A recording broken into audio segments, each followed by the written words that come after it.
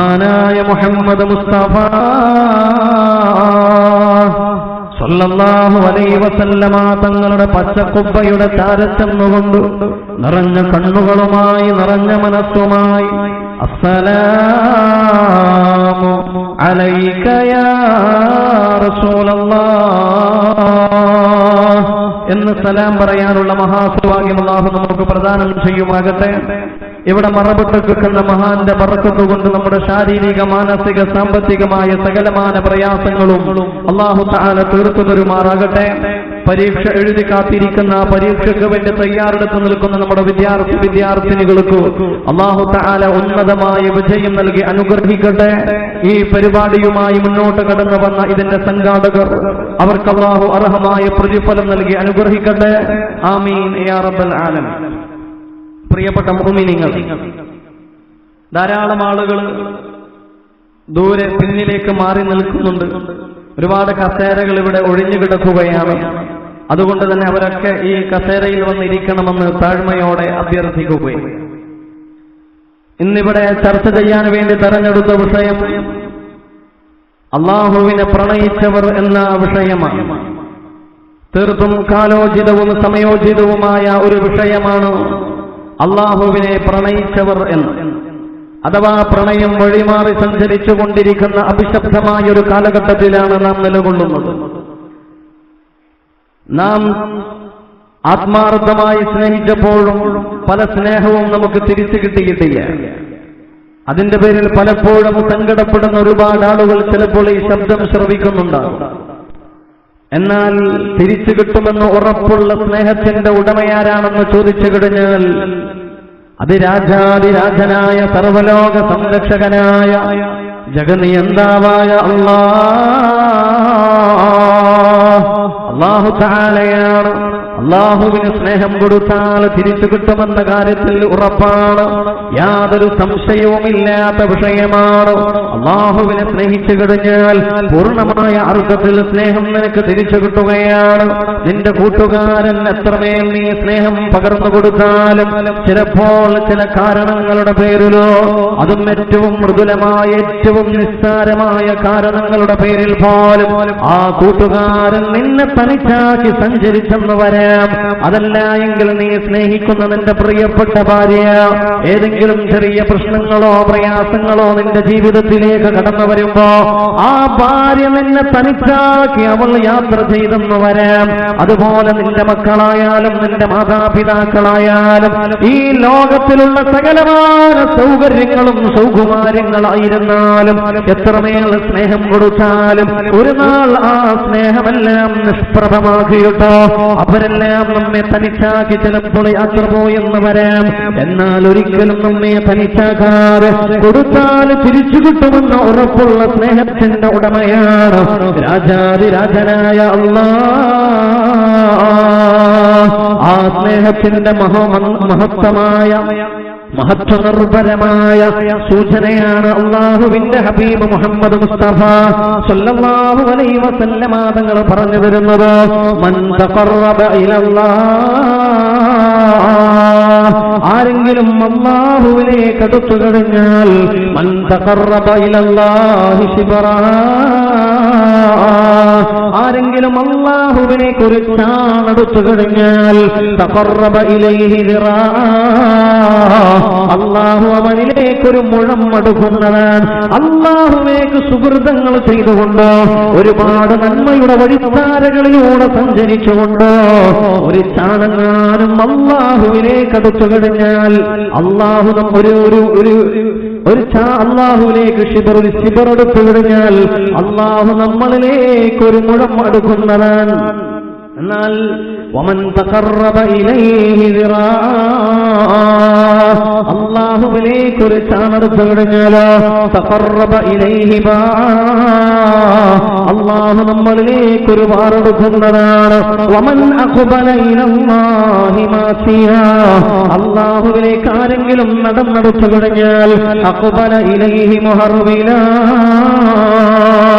അല്ലാഹുവിലേക്ക് അല്ലാഹു അവനിലേക്ക് ഓടി അണയുമെന്ന് മുഹമ്മദ് മുസ്തഫ സല്ലല്ലാഹു അലൈഹി വസല്ലമ തങ്ങൾ പറഞ്ഞു തരികയാണ്, ഒരു അല്ലാഹുവിലേക്ക് അടുക്കുന്തോറും അതിനേക്കാൾ വേഗതയിൽ അല്ലാഹു നമ്മളിലേക്ക് അടുത്തു നിൽക്കുകയാണ്. ചില മുഅ്മിനീങ്ങളെ കാണാം, ചില മുഅ്മിനീങ്ങൾ മെല്ലെ സാവധാനം നടന്നു പോകുന്ന വേഗതയിൽ അല്ലാഹുവിലേക്ക് അടുക്കുന്നവരുണ്ട്. ചില ആളുകൾ ഓടുന്ന വേഗതയിൽ അടുക്കുന്നവരുണ്ട്. ചില ആളുകൾ വാഹനത്തിൽ സഞ്ചരിക്കുന്ന വേഗതയിൽ അല്ലാഹുവിന്റെ സമീപത്തിലേക്ക് കടന്നു പോകുന്നവരുണ്ട്. ചില ആളുകൾ കാറ്റിന്റെ വേഗതയിൽ അല്ലാഹുവിലേക്ക് സ്നേഹം കൊണ്ട് സഞ്ചരിക്കുന്നവരുണ്ട്.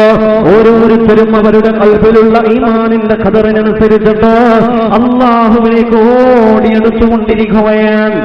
എന്നാൽ അതിനേക്കാൾ വേഗതയിൽ അല്ലാഹു നമ്മളിലേക്ക് ഓടിയെടുക്കുമെന്ന് മുഹമ്മദ് മുസ്തഫ സല്ലല്ലാഹു അലൈഹി വസല്ലമ തങ്ങൾ പഠിപ്പിക്കുകയാണ്. അല്ലാഹു സ്നേഹമാണ്, സ്നേഹത്തിന്റെ മഹാപ്രപഞ്ചമാണ്. കൊടുത്താൽ തിരിച്ചു കിട്ടുമെന്ന ഉറപ്പുള്ള സ്നേഹത്തിന്റെ ഉടമയാണ്. അല്ലാഹുവിന്റെ സ്നേഹത്തിന്റെയും അപാരമായ പരിമേയമായ കാരുണ്യത്തിന്റെയും വലുപ്പമെത്രയാണ്. വല്ലാതെ അത്ഭുതപ്പെട്ടു പോകും. അല്ലാഹുവിന്റെ കാരുണ്യവും അല്ലാഹുവിന്റെ സ്നേഹവും എത്രയാണെന്ന് നമ്മൾ തിരിച്ചറിഞ്ഞു കഴിഞ്ഞാൽ, നിങ്ങൾ നോക്കൂ, നാം ഒരു തെറ്റ് ചെയ്തു കഴിഞ്ഞാൽ അല്ലാഹു നമ്മെ ഉടനടി ശിക്ഷിക്കുന്നുണ്ടോ? നാം ഒരു സിനിമ കണ്ടു കഴിഞ്ഞാൽ, നാം ഒരു ഹറാമ് ചെയ്തു കഴിഞ്ഞാൽ, നാം കള്ളുകുടിച്ചു കഴിഞ്ഞാൽ, അല്ലാഹുവിന് ഇഷ്ടമില്ലാത്ത പ്രവർത്തനം ചെയ്തതിന്റെ പേരിലാണ് അല്ലാഹു നമ്മെ ഉടനടി ശിക്ഷിക്കുന്നുണ്ടോ? എന്തേ അല്ലാഹു ശിക്ഷിക്കാത്തതോ? 2.5 മണിക്കൂർ നീണ്ടു നിൽക്കുന്ന സിനിമ കാണാൻ നീ സമയം ചെലവഴിച്ചതിന്റെ പേരിലോ അല്ലാഹുവിന് വേണമെങ്കിൽ നിന്നെ ഉടനടി ശിക്ഷിക്കാമല്ലോ. അതിന് കഴിവുള്ള പടച്ചതമ്പുരാൻ പക്ഷേ ഉടനടി ശിക്ഷ തരുന്നില്ല. പിന്നെയോ അല്ലാഹു നിനക്ക് സമയം തരികയാ. എന്തിനാ സമയമെന്നറിയോ? ആ ചെയ്തുപോയ തെറ്റിനെ കുറിച്ച് ഓർത്തുകൊണ്ട് നിറകണ്ണുകളോടെ വേദനിക്കുന്ന മനസ്സോടെ എന്ന് നീ പറഞ്ഞു കഴിഞ്ഞാൽ, പടച്ചോനെ ഞാൻ എന്റെ ജീവിതത്തിൽ ഒരുപാട് തെറ്റുകുറ്റങ്ങൾ ചെയ്തു പോയി, അല്ലാഹ് എന്നോട് പൊറുക്കണേ അല്ലാഹ് എന്ന് നിറഞ്ഞ മനസ്സോടെ നീ പറഞ്ഞു കഴിഞ്ഞാൽ, എത്ര വലിയ പാപങ്ങൾ ചെയ്തവരാണെങ്കിൽ പോലും ആ പാപം പൊരുത്തപ്പെട്ടു തരാൻ പടച്ചതമ്പുരാൻ തയ്യാറാണ്. ഇത് അല്ലാഹുവിന്റെ കാരുണ്യമല്ലേ? 20ാമത്തെ വയസ്സിൽ ഒരു ഹറാമ് ചെയ്ത മനുഷ്യനാണെങ്കിലോ, എന്റെ പ്രിയപ്പെട്ട ഉമ്മപങ്ങന്മാരെ നന്നായിട്ടൊന്ന് ആലോചിക്കണേ. നിന്റെ 20ാമത്തെ വയസ്സിലോ അല്ലാഹു കാണാനും പാടില്ലെന്ന് പറഞ്ഞത് നീ കണ്ടുപോയെങ്കിലോ, അല്ലാഹു കേൾക്കാനും പാടില്ലെന്ന് പറഞ്ഞത് നീ കേട്ടുപോയെങ്കിലോ, അല്ലാഹു പറയാൻ പാടില്ലെന്ന് പറഞ്ഞത് നീ പറഞ്ഞു പോയിട്ടുണ്ടെങ്കിലോ, അല്ലാഹുക്ക് ഇഷ്ടമില്ലാത്ത പ്രവർത്തനം നീ ചെയ്തു പോയിട്ടുണ്ടെങ്കിലോ അല്ലാഹു ഉടനടി ശിക്ഷ തരുന്നില്ല. പകരം അല്ലാഹു സമയം തരികയാ. എത്ര സമയമാ തരുന്നതോ? 1 മണിക്കൂറാണുവല്ലോ, 1 ദിവസമാണുവല്ലോ, പിന്നെയോ വർഷങ്ങളോളം, യുഗാന്തരങ്ങളോളം സമയം തരികയാ. അതേ 80ാമത്തെ വയസ്സിലാ നീ മരിക്കുന്നുവെങ്കിലോ, 20ാമത്തെ വയസ്സിലാ നീ തെറ്റ് ചെയ്തെന്നെങ്കിലോ, ആ 20 മുതൽ 80 വരെയുള്ള 60 വർഷങ്ങളുണ്ടല്ലോ. ഈ 60 വർഷം പടച്ചതമ്പുരാൻ നിനക്ക് സമയം തരികയാ. ഈ 60 വർഷത്തിനിടയിൽ ഏതെങ്കിലും ഒരു തവണ ചെയ്തു പോയ തെറ്റുകളെ കുറിച്ച് ആലോചിച്ചുകൊണ്ട് ഒലിച്ചിറങ്ങുന്ന കണ്ണീർ കണങ്ങളെ സാക്ഷി നിർത്തിക്കൊണ്ട് പടച്ചോനെ പൊറുക്കണയല്ലോ എന്ന് മനസ്സറിഞ്ഞ് നീ പറഞ്ഞു കഴിഞ്ഞാൽ നിന്റെ പാപം പൊരുത്തപ്പെട്ടു തരാനും പടച്ചതമ്പുരാനും തയ്യാറാണ്. എത്ര വിശാലമായ സ്നേഹത്തിന്റെ ഉടമയാ. എന്റെ പ്രിയപ്പെട്ടവർ ആലോചിച്ചു നോക്കൂ.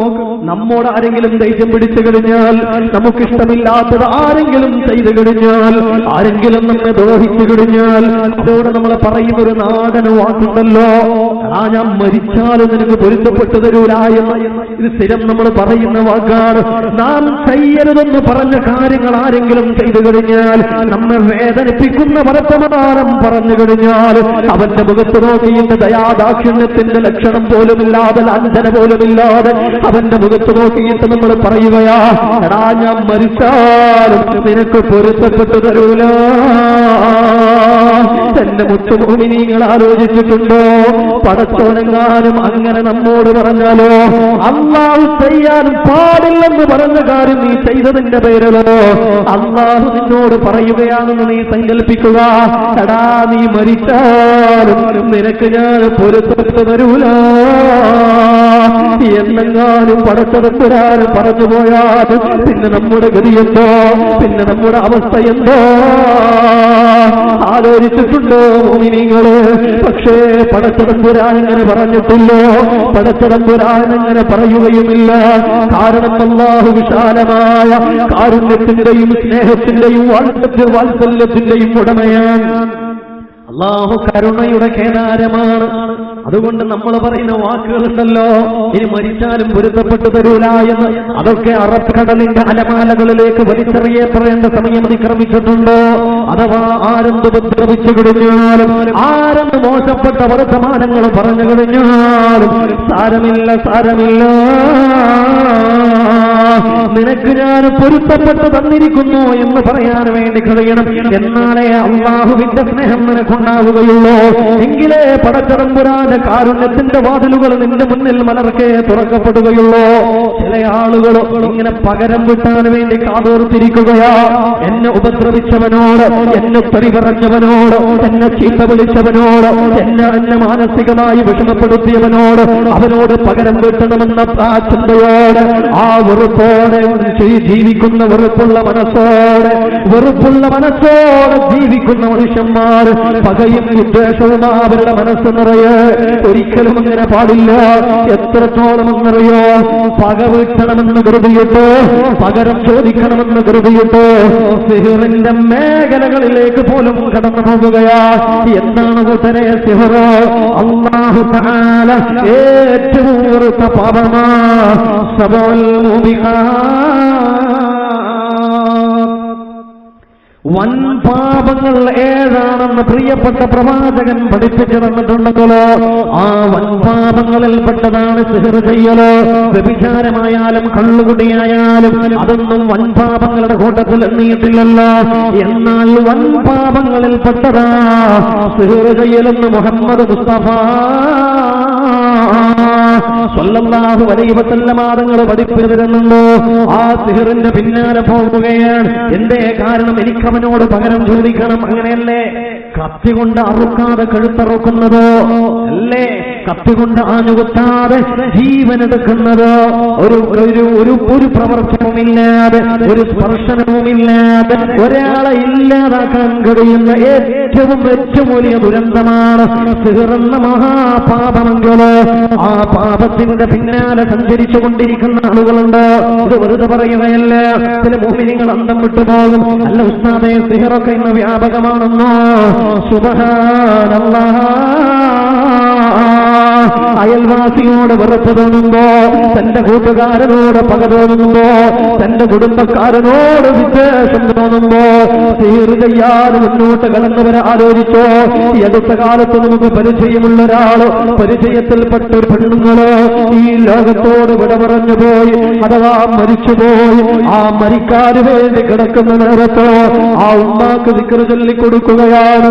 ലാ ഇലാഹ ഇല്ലല്ലാഹ് എന്ന് ദിക്ർ ചൊല്ലിക്കൊടുക്കുമ്പോ ആ ഉമ്മ പറയുന്നതെന്താ? ആ ഉമ്മ നിലവിളിക്കുന്നതെന്താ? ആ ഉമ്മ ആട് കരയുന്നത് പോലെ, നമ്മുടെ ആട്ടിൻകൂട്ടങ്ങളുണ്ടല്ലോ, ആടുകൾ കരയുന്നത് പോലെ അതേ ശബ്ദത്തിൽ കരയുന്നു. നിസ്കരിക്കുന്ന ഉമ്മയാ, നോമ്പെടുക്കുന്ന ഉമ്മയാ, സദഖ ചെയ്യുന്ന ഉമ്മയാ, പക്ഷേ മരിക്കാൻ കിടക്കുന്നത് ദിക്ർ ചൊല്ലുന്നില്ല. പിന്നെയോ ആട് കരയുന്നത് പോലെ കരയുകയാ, വല്ലാതെ ആർത്തട്ടഹസിച്ച് കരയുകയാ. കണ്ടവർ അത്ഭുതപ്പെടുകയാ. അങ്ങനെ പിന്നീട് മറമാടിയതിന് ശേഷം, ആ മയ്യത്ത് മറമാടിയതിന് ശേഷം ആലോചിക്കുകയും അവിടുന്ന് ചിന്തിക്കുകയും അവിടുന്ന് അവിടുത്തെ കുടുംബക്കാരോട് ചർച്ച ചെയ്യുകയും ചെയ്തു. ഇത്രയും ദുരന്തപൂർണമായ ഒരു മരണം ആ പെണ്ണുങ്ങൾക്ക് വരാനുള്ള കാരണമെന്താണ്? ഒടുക്കം നമുക്കൊരു ഉത്തരത്തിലെത്താൻ സാധ്യമായതെന്താണെന്നറിയോ? 2-3 മാസങ്ങൾക്ക് മുമ്പുള്ള മരണമായി പറയുന്നത് ആ പെണ്ണുണ്ടല്ല, ആ പെണ്ണ് സിഹർ ചെയ്യാൻ വേണ്ടി മാരണപ്പണിക്കാരനെ സമീപിക്കുന്ന പെണ്ണ. ആ പെണ്ണിന്റെ കൂടെ പോയ ആളുകൾ ഇത് വ്യക്തമാക്കുകയാണ്. സിഹ്ർ ചെയ്യാൻ വേണ്ടി മുന്നോട്ടേക്ക് കടന്നു വന്ന പെണ്ണ, എന്റെ പ്രിയപ്പെട്ട പെങ്ങള്, ഒരിക്കലും ആ വഴികളിലേക്ക് കടന്നു പോകല്ല. നിന്നോട് ആരെങ്കിലും മോശമായി പെരുമാറിയിട്ടുണ്ടെങ്കിൽ, നിനക്കിഷ്ടമില്ലാത്തത് പ്രവർത്തിച്ചിട്ടുണ്ടെങ്കിൽ, മാപ്പ് എല്ലാവർക്കും മാപ്പ് ചെയ്യൂ. വൽആഫീന അനിന്നാസ്, ജനങ്ങൾക്കും മാപ്പ് ചെയ്തു കൊടുക്കുന്നവരായിട്ട് മാറാൻ വേണ്ടി കഴിയണം. അങ്ങനെയായി കഴിഞ്ഞാൽ അള്ളാഹുവിന്റെ സ്നേഹം നമ്മളിലേക്ക് കടന്നു വരികയാണ്, അള്ളാഹുവിന്റെ കാരുണ്യം നമ്മളിലേക്ക് കടന്നു വരികയാ. ഇത് നമ്മൾ ആലോചിച്ചു നോക്കും. അള്ളാഹുവിന്റെ ആ സ്നേഹവും അള്ളാഹുവിന്റെ കാരുണ്യവും എത്ര വലിയ അപാരമാണ്. നമ്മൾ എത്രയോ വലിയ തെറ്റുകൾ ചെയ്തിട്ടുണ്ട്. എന്നാൽ നിസ്സാരമായ നന്മകൾ ചെയ്തു കഴിഞ്ഞാൽ, കുറച്ച് കൂട്ടണം, നിസ്സാരമായ നന്മകൾ ചെയ്തു കഴിഞ്ഞാൽ ആ നന്മയുടെ കാരണമായിട്ടോ അല്ലാഹു തആല നിന്റെ പാപങ്ങൾ പൊറുക്കുന്നു എന്ന് മാത്രമല്ല, സ്വർഗത്തിലേക്കുള്ള വഴികൾ എളുപ്പമാക്കുകയാണ്. എത്രയോ മല പോലെയുള്ള പാപങ്ങളോ അലറിയടിക്കുന്ന അറബിക്കടലിന്റെ തിരമാലകൾ പോൽ പാപങ്ങൾ ചെയ്തവനാണെങ്കിൽ പോലും ഏതാനും മിനിറ്റുകൾ മാത്രം ദൈർഘ്യമുള്ള നന്മ ചെയ്തതിന്റെ പേരിൽ ആ പാപങ്ങൾ മുഴുവനും പൊരുത്തപ്പെട്ടു തരാൻ പടച്ചതമ്പുരാൻ തയ്യാറാണ്. സൗണ്ട് ഉള്ളിൽ പോകുന്നുണ്ട്, മോണിറ്റർ ക്ലിയർ ആക്കിയാൽ മതി. പുറത്തെ സൗണ്ടല്ല, ഈ സ്റ്റേജിലേക്കുള്ള സൗണ്ട് ക്ലിയർ ആക്കിയാൽ മതി, കൂട്ടിയാൽ മതി. സൗണ്ട് കുറവാണ്, എന്റെ സൗണ്ട് ഉള്ളെന്ന് എടുക്കണം, പോകുന്നുണ്ട്, നിങ്ങൾ ശ്രദ്ധിക്കുക.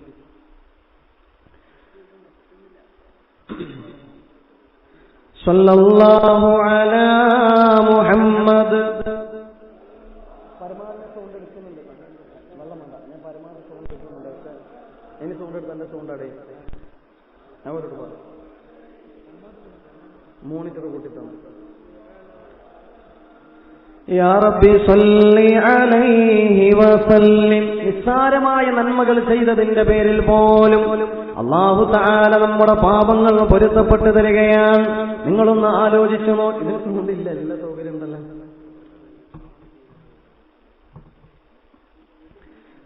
എത്രത്തോളം അല്ലാഹുവിന്റെ ഹബീബ് മുഹമ്മദ് മുസ്തഫ സല്ലല്ലാഹു അലൈഹി വസല്ലം തങ്ങൾ പഠിപ്പിച്ചു തരുന്നൊരു വിഷയമുണ്ട്. ഇന്ന് വഅദ് കേൾക്കാൻ വേണ്ടി വന്ന എന്റെ പ്രിയപ്പെട്ട ഉമ്മപങ്കന്മാർ, ഇത് കേൾക്കാതെ പോകരുത്. ഇത് ജീവിതത്തിലെ നിധി പോലെ കൊണ്ടു നടക്കേണ്ടതാണ്. അല്ലാഹുവിന്റെ ഹബീബ് സ്വഹാബികളുടെ കൂടെ നടന്നു പോവുകയാണ്. വിശ്രമിക്കാൻ വേണ്ടി ഒരു മരത്തിന്റെ താഴെ ഇരിക്കുകയാണ്. ആ ഇരിക്കുന്ന ഇരുത്തത്തിനിടയിൽ അല്ലാഹുവിന്റെ ഹബീബ് തന്റെ പ്രിയപ്പെട്ട അനുചരന്മാരോട് പറയുകയാണ്, അല്ലയോ സ്വഹാബികളെ, ഇസ്തഗ്ഫിറുല്ലാഹ്, നിങ്ങളെല്ലാവരും അസ്തഗ്ഫിറുള്ള ചൊല്ലണേ എന്ന്, എല്ലാവരും അസ്തഗ്ഫിറുള്ള ചൊല്ലണേ എന്ന് പറഞ്ഞപ്പോ സ്വഹാബികളെല്ലാം ചൊല്ലാൻ തുടങ്ങി. അസ്തഗ്ഫിറുല്ലാഹ്, അസ്തഗ്ഫിറുല്ലാഹ്. സ്വഹാബികൾ വർദ്ധിതമായ ആവേശത്തോടെ ചൊല്ലുകയാണ്. അതിനിടയിൽ റസൂലുള്ളാഹി പറയുകയാണ്, അത്തിമ്മൂഹാ സബഈന മർറ, 70 പ്രാവശ്യം പൂർത്തിയാക്കണേ എന്ന്, 70 പ്രാവശ്യം അസ്തഗ്ഫിറുള്ള ചൊല്ലണേ എന്ന്. അങ്ങനെ സ്വഹാബികൾ 70 പ്രാവശ്യം അസ്തഗ്ഫിറുള്ള ചൊല്ലുകയാണ്. അതിനിടയിൽ റസൂലുള്ളാഹി പറഞ്ഞു കൊടുക്കുകയാ, മാ മിൻ അബ്ദിൻ വലാ അമത്തിൻ യസ്തഗ്ഫിറൂനല്ലാഹ ഫീ യൗമിൻ 70 മർറ. ആരെങ്കിലും 70 പ്രാവശ്യം അസ്തഗ്ഫിറുള്ള ചൊല്ലിക്കഴിഞ്ഞാൽ അവന്റെ അന്നേ ദിവസത്തിലുള്ള 700 പാപങ്ങൾ അല്ലാഹു തആല പൊരുത്തപ്പെട്ടു കൊടുക്കുമെന്ന് മഹാനായ മുഹമ്മദ് മുസ്തഫ സല്ലല്ലാഹു അലൈഹി വസല്ലം തങ്ങൾ പറയാൻ, ദിവസം 70 പ്രാവശ്യം അസ്തഗ്ഫിറുള്ള ചൊല്ലിക്കഴിഞ്ഞാൽ 700 പാപങ്ങൾ അല്ലാഹു പൊരുത്തപ്പെട്ടു തരുമെന്ന്. എന്റെ പ്രിയപ്പെട്ടവരെ, നമ്മൾ ദിവസം 700 പാപങ്ങൾ ചെയ്യാറുണ്ടോ? 700 പാപങ്ങളൊക്കെ നമ്മൾ ചെയ്യാറുണ്ടോ? എന്നാൽ 700 പാപങ്ങൾ വരെ പൊരുത്തപ്പെട്ടു തരാൻ അല്ലാഹു തആല തയ്യാറാണ്. എന്തേ വേണ്ടതുള്ളൂ? കേവലം 2-3 മിനിറ്റ് മാത്രം ദൈർഘ്യമുള്ള 70 തവണ അസ്തഗ്ഫിറുല്ലാഹ്.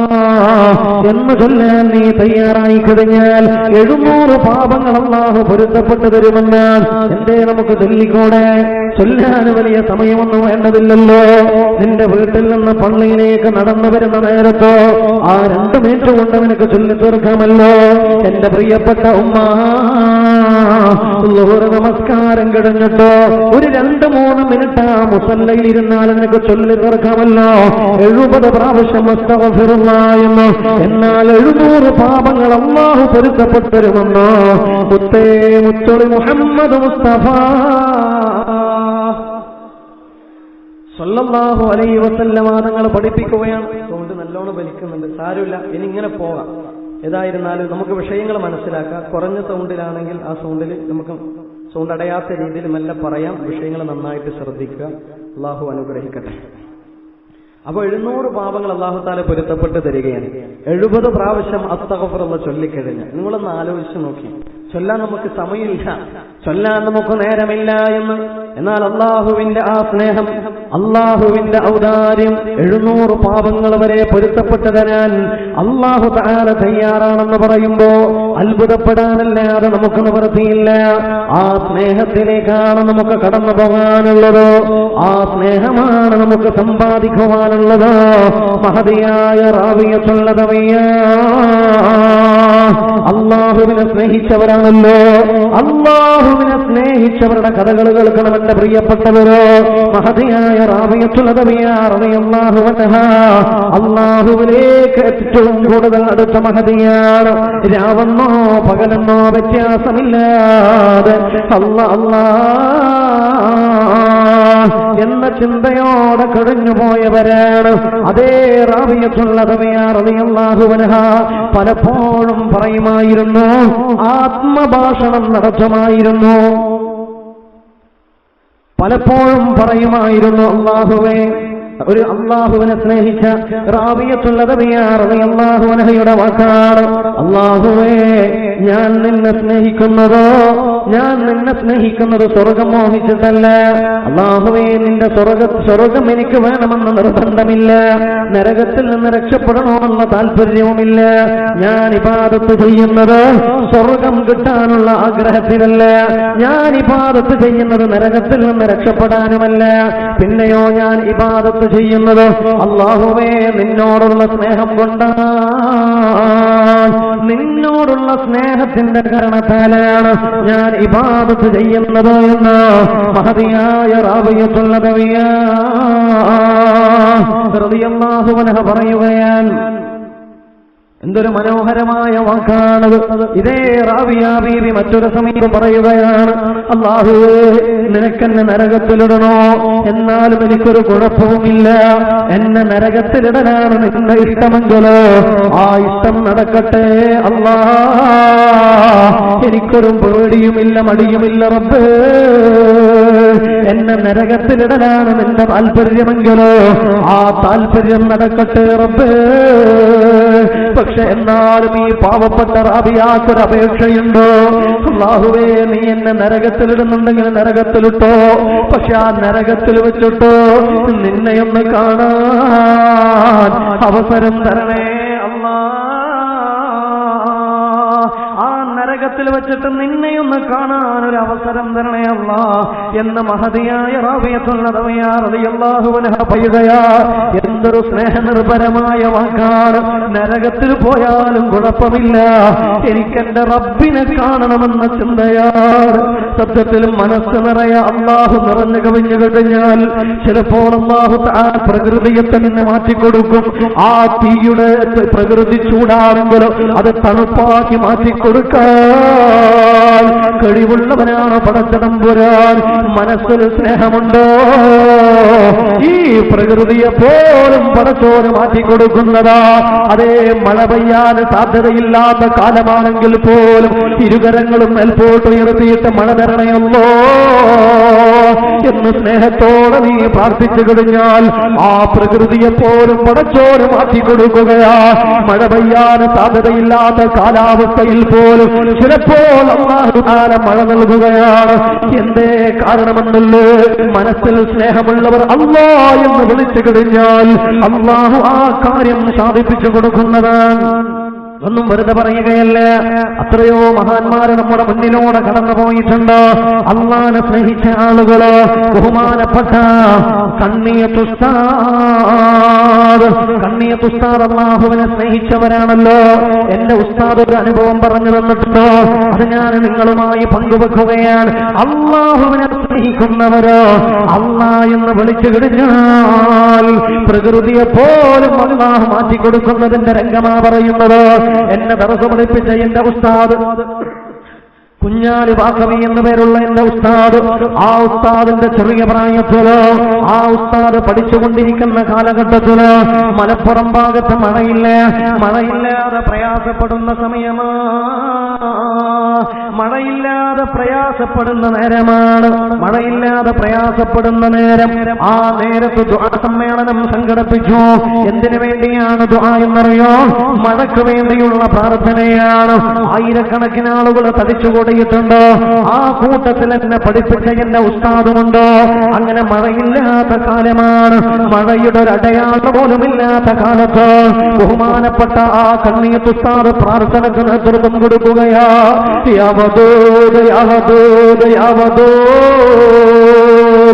മഴ തരണേ അല്ലാ, മഴ തരണേ അല്ലാ. എന്നിട്ട് ബഹുമാനപ്പെട്ട കണ്ണിയത്ത് ഉസ്താദ് പറയുകയാ, പടച്ചോനെ നീ മഴ തന്നാലല്ലാതെ ഈ അഹമ്മദ് ഈ കസേരയിൽ നിന്ന് എഴുന്നേൽക്കുകയില്ല. ഏത് കസേരയിൽ നിന്നോ? ആയിരക്കണക്കിന് ആളുകൾ നോക്കി നിൽക്കുമ്പോ, ആയിരക്കണക്കിന് ആളുകൾ ആമീൻ പറയുമ്പോ, ആ ദുആ ചെയ്യാൻ വേണ്ടി നേതൃത്വം കൊടുക്കുന്ന ബഹുമാനപ്പെട്ട കണ്ണിയത്ത് ഉസ്താദ് ആ ഇരുന്ന കസേരയിൽ നിന്ന് ഇരുന്നിട്ട് പറയുകയാ, അല്ലാഹുവേ നീ മഴ തന്നാലല്ലാതെ ഞാൻ ഈ കസേരയിൽ നിന്ന് എഴുന്നേൽക്കുകയില്ല. ഇതങ്ങ് പറഞ്ഞിട്ട് കണ്ണിയത്ത് ഉസ്താദ് പ്രാർത്ഥന നിർത്തുകയാ. എന്റെ ഉസ്താദിനോട് പറയുകയാണ്, അങ്ങനെ ഞങ്ങളെല്ലാവരും കൈ ഉയർത്തി ഇങ്ങനെ നിൽക്കുന്നു. ഇനി എന്ത് ചെയ്യണമെന്നറിയില്ല. ഉസ്താദ് പ്രാർത്ഥന നിർത്തിയിട്ടുണ്ട്. ഒരു വല്ലാത്ത വാക്ക് തന്നെ, ഈ മഴ തന്നാലല്ലാതെ ഞാൻ ഈ കസേരയിൽ നിന്ന് എഴുന്നേൽക്കുകയില്ല എന്ന വാക്ക്. അതൊരു വല്ലാത്ത വാക്കാണ്. ആർക്ക് പറയാൻ കഴിയും? അങ്ങനെ ആളുകളിങ്ങനെ പരസ്പരം മുഖത്തോട് മുഖം നോക്കി നിൽക്കുകയാണ്. മഴയുടെ അടയാളം പോലുമില്ലാത്ത നേരത്ത് കണ്ണിയത്ത് ഉസ്താദ് എന്തിനാ ഇങ്ങനെ പറഞ്ഞത്? എല്ലാവരും പരസ്പരം മുഖത്തോട് മുഖം നോക്കി നിൽക്കുകയാണ്. സംഘാടകർ അത്ഭുതപ്പെട്ട് നിൽക്കുകയാണ്. പക്ഷേ ഒരു 5-10 മിനിറ്റ് കഴിഞ്ഞപ്പോ എന്റെ പ്രിയപ്പെട്ട ഉസ്താദ് പറയുകയാ, 5-10 മിനിറ്റ് കഴിഞ്ഞപ്പോ അതിശക്തമായ മഴ പെയ്യുന്നു. അങ്ങനെ അന്ന് പരിപാടിയിൽ പങ്കെടുക്കാൻ വേണ്ടി വന്നവർ മുഴുവനും മഴ നനഞ്ഞിട്ടാ വീട്ടിലേക്ക് പോയതെന്ന് അനുഭവസ്ഥവർ പറയുകയാ. ഇത് തന്നെയല്ലേ നമ്മൾ ഈ വിഷയം പറഞ്ഞത്? അല്ലാഹുവിനോടുള്ള സ്നേഹം മനസ്സിൽ നിറഞ്ഞു കവിഞ്ഞു കഴിഞ്ഞാൽ അല്ലാഹു നമ്മുടെ പ്രകൃതിയെ പോലെ മാറ്റിത്തരുന്നതാണ്. എത്രയെത്ര ഉദാഹരണങ്ങളാണ്. ബഹുമാനപ്പെട്ട ഇബ്രാഹിം അലൈഹിസ്സലാത്തു വസ്സലാം, ഇബ്രാഹിം നബി അലൈഹിസ്സലാത്തു വസ്സലാം അല്ലാഹുവിലേക്ക് മനസ്സുകൊണ്ട് അടുത്തവരാണ്. അതുകൊണ്ടാണ് മറ്റു പ്രവാചകന്മാർക്ക് പോലും ലഭ്യമാകാത്ത ഉന്നതമായ സ്ഥാനനാമം ലഭ്യമായത്. ഇബ്രാഹിം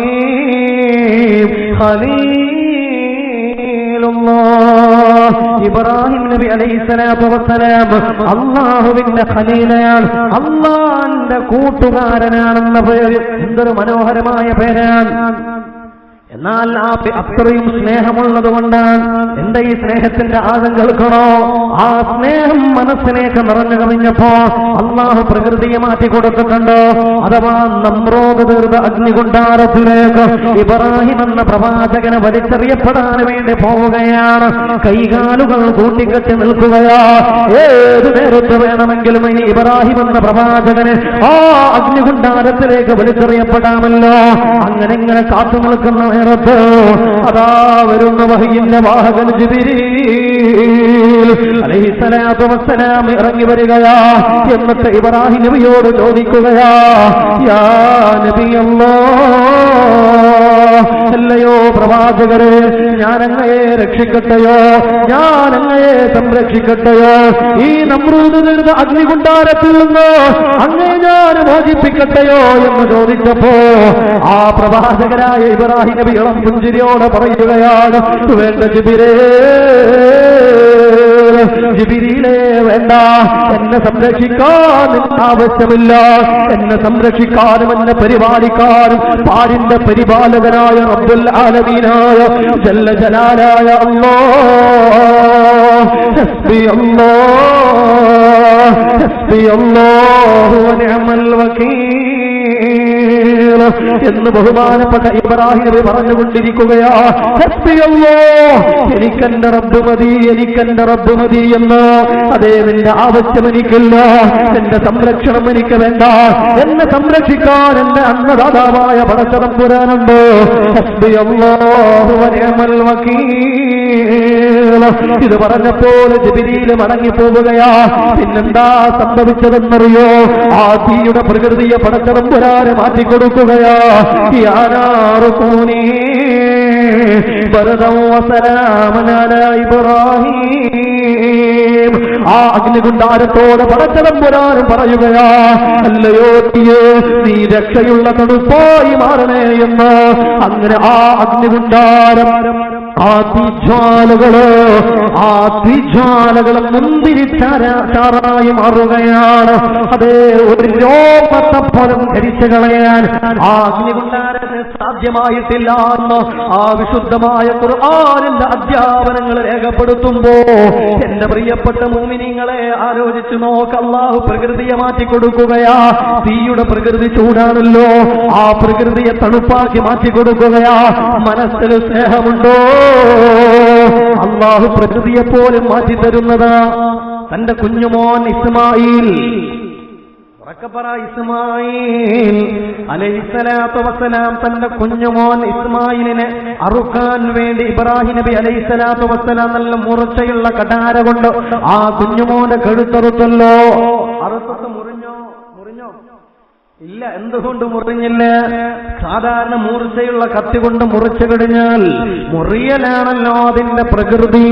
പക്ഷേ മൂർച്ചയുള്ള കത്തി കൊണ്ട് മുറിച്ചിട്ട് പോലും ഒരു രോമത്തെ പോലും മുറിക്കാൻ കഴിഞ്ഞില്ല. എന്തേ കാരണം? അത് ഖൽബിലുള്ള ഈമാനാ, മനസ്സിലുള്ള സ്നേഹമാ. മനസ്സിന് സ്നേഹമുണ്ടോ? പ്രകൃതിയെ പോലും അല്ലാഹു മാറ്റിത്തരികയാ. മനസ്സുകൊണ്ട് അല്ലാഹുവിലേക്ക് അടുത്തു നിൽക്കാൻ വേണ്ടി കഴിയണം. ചെയ്യുന്ന കാര്യങ്ങൾ മുഴുവനും അല്ലാഹുവിന് വേണ്ടി ചെയ്യാൻ വേണ്ടി കഴിയണം. മൻ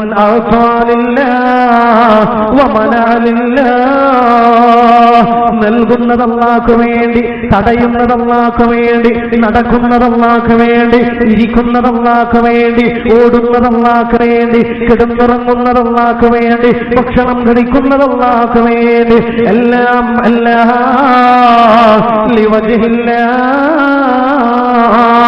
അല്ലാഹുവിന്റെ പൊരുത്തത്തിന് വേണ്ടി ചെയ്യാൻ വേണ്ടി കഴിയണം. എല്ലാം അല്ലാഹുവിന് വേണ്ടി അങ്ങനെ ചെയ്യാൻ വേണ്ടി കഴിയണം. അങ്ങനെയല്ലേ മഹാനായ ഇസ്ലാമിന്റെ 4ാമത്തെ റിപ്പബ്ലിക് നായകനായ അലി ഇബ്നു അബീ ത്വാലിബ് റളിയല്ലാഹു അൻഹു, അതേ അലിയാർ തങ്ങളൊരു യുദ്ധത്തിൽ പങ്കെടുക്കുകയാണ്. ആ യുദ്ധത്തിൽ ഒരു ശത്രുണ്ട്. കുതിരപ്പുറത്ത് നിന്നിട്ട് മൂർച്ചയുള്ള വാളുകൊണ്ട് ഒരുപാട് സ്വഹാബികളെ വകവരുത്തുന്നു.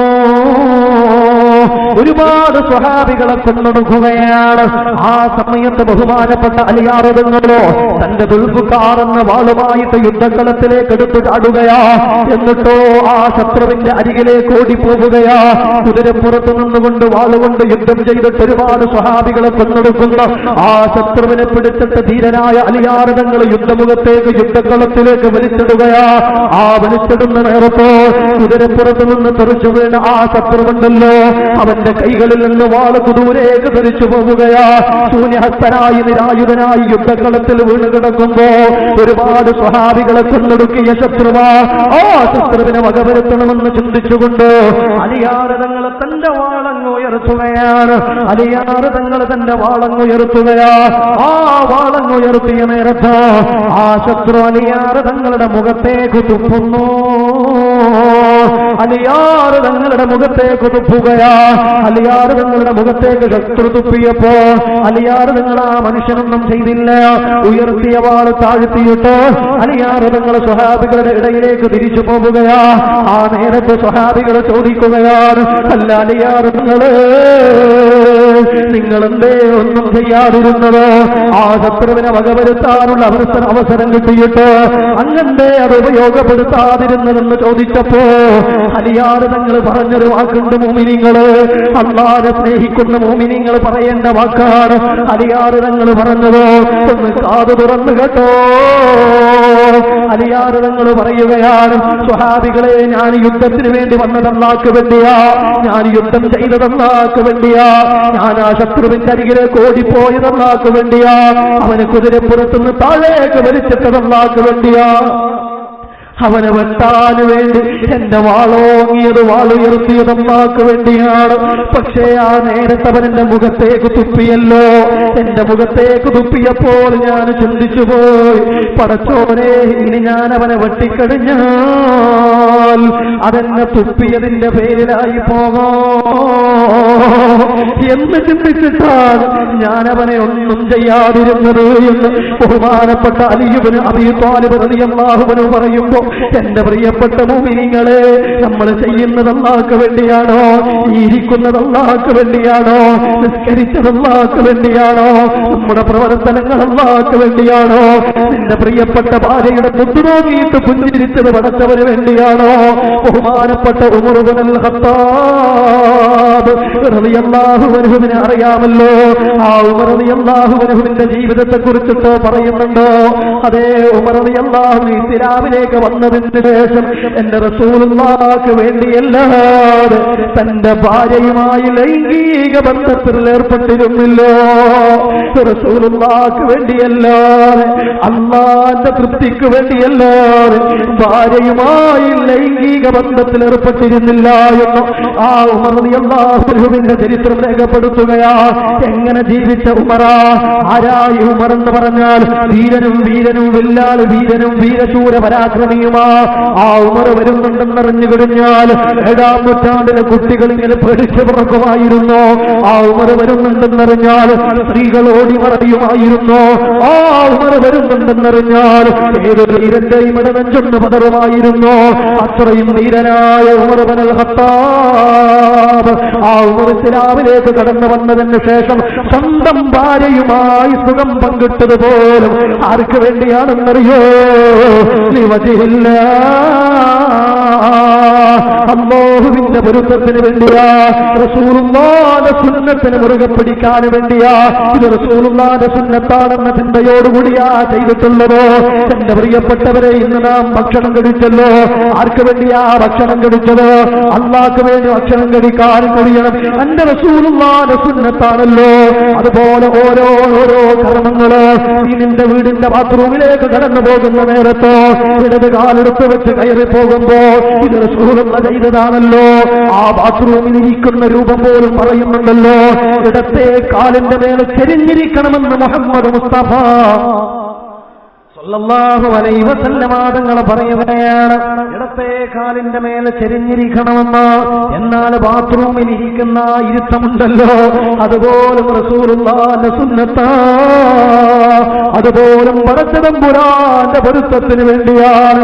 എന്ന് വെച്ചാൽ ചെയ്യുന്ന സകലമായ പ്രവർത്തനങ്ങളും അള്ളാന്റെ പൊരുത്തത്തിന് വേണ്ടി ചെയ്യാൻ വേണ്ടി കഴിയണം. അള്ളാന്റെ താല്പര്യത്തിന് വേണ്ടി, റസൂലുള്ളാഹിന്റെ സുന്നത്ത് മുറുകെ പിടിക്കാൻ വേണ്ടി. ആരാ അങ്ങനെ ചിന്തിക്കുന്നത്? നീ താടി വെച്ചതെന്തിനാ? ഫാഷന് വേണ്ടിയാണോ? സിനിമാ നടൻ വെച്ചതിന്റെ പേരിലാണോ നീയും താടി വെച്ചത്? നിന്റെ അവന്റെ വസ്ത്രത്തിന്റെ രൂപം മാറിയത് എന്തിന്റെ പേരിലാ? ആ സിനിമ മോഡലിലേക്കാണോ? അതുപോലെ ഒരുപാട് ഒരു ചെരുപ്പാണ് കടയിലോ ഒരു സിനിമാ നടന്റെ ഫോട്ടോ ഫ്ലെക്സിലിങ്ങനെ ഫോട്ടോ ഇങ്ങനെ കാണുന്നുണ്ട്, കൂടെ ചെരുപ്പും. എന്നിട്ട് ഇങ്ങനെ പുലിമുരുകന്റെ ചെരുപ്പ് ഇവിടെ കിട്ടുമെന്ന ബോർഡുമാണ്. നാം പുലിമുരുകന്റെ ചെരുപ്പും പരതിയിട്ടാ കടന്നു പോകുന്നത്. നീ ആരുടെ സുന്നത്താ മുറുകെ പിടിക്കുന്നത്? എന്റെ പ്രിയപ്പെട്ട ചെറുപ്പക്കാരെ, നിന്റെ മുടി നീ മുറിക്കുന്ന നേരത്ത് ആരുടെ സുന്നത്താ നീ മുറുകെ പിടിക്കുന്നത്? നീ മുടി മുറിക്കുന്നത് ആർക്ക് വേണ്ടിയാ?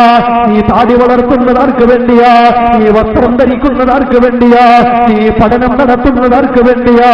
അങ്ങനെ ഓരോ കാര്യങ്ങൾ ആർക്ക് വേണ്ടിയാണെന്നൊരു ചോദ്യമുണ്ടോ മോമിനേ മുസ്ലിമേ? ആ ചോദ്യത്തിന്റെ ഉത്തരം എന്തായിരിക്കണമെന്നറിയോ? ലിവജ്ഹില്ല,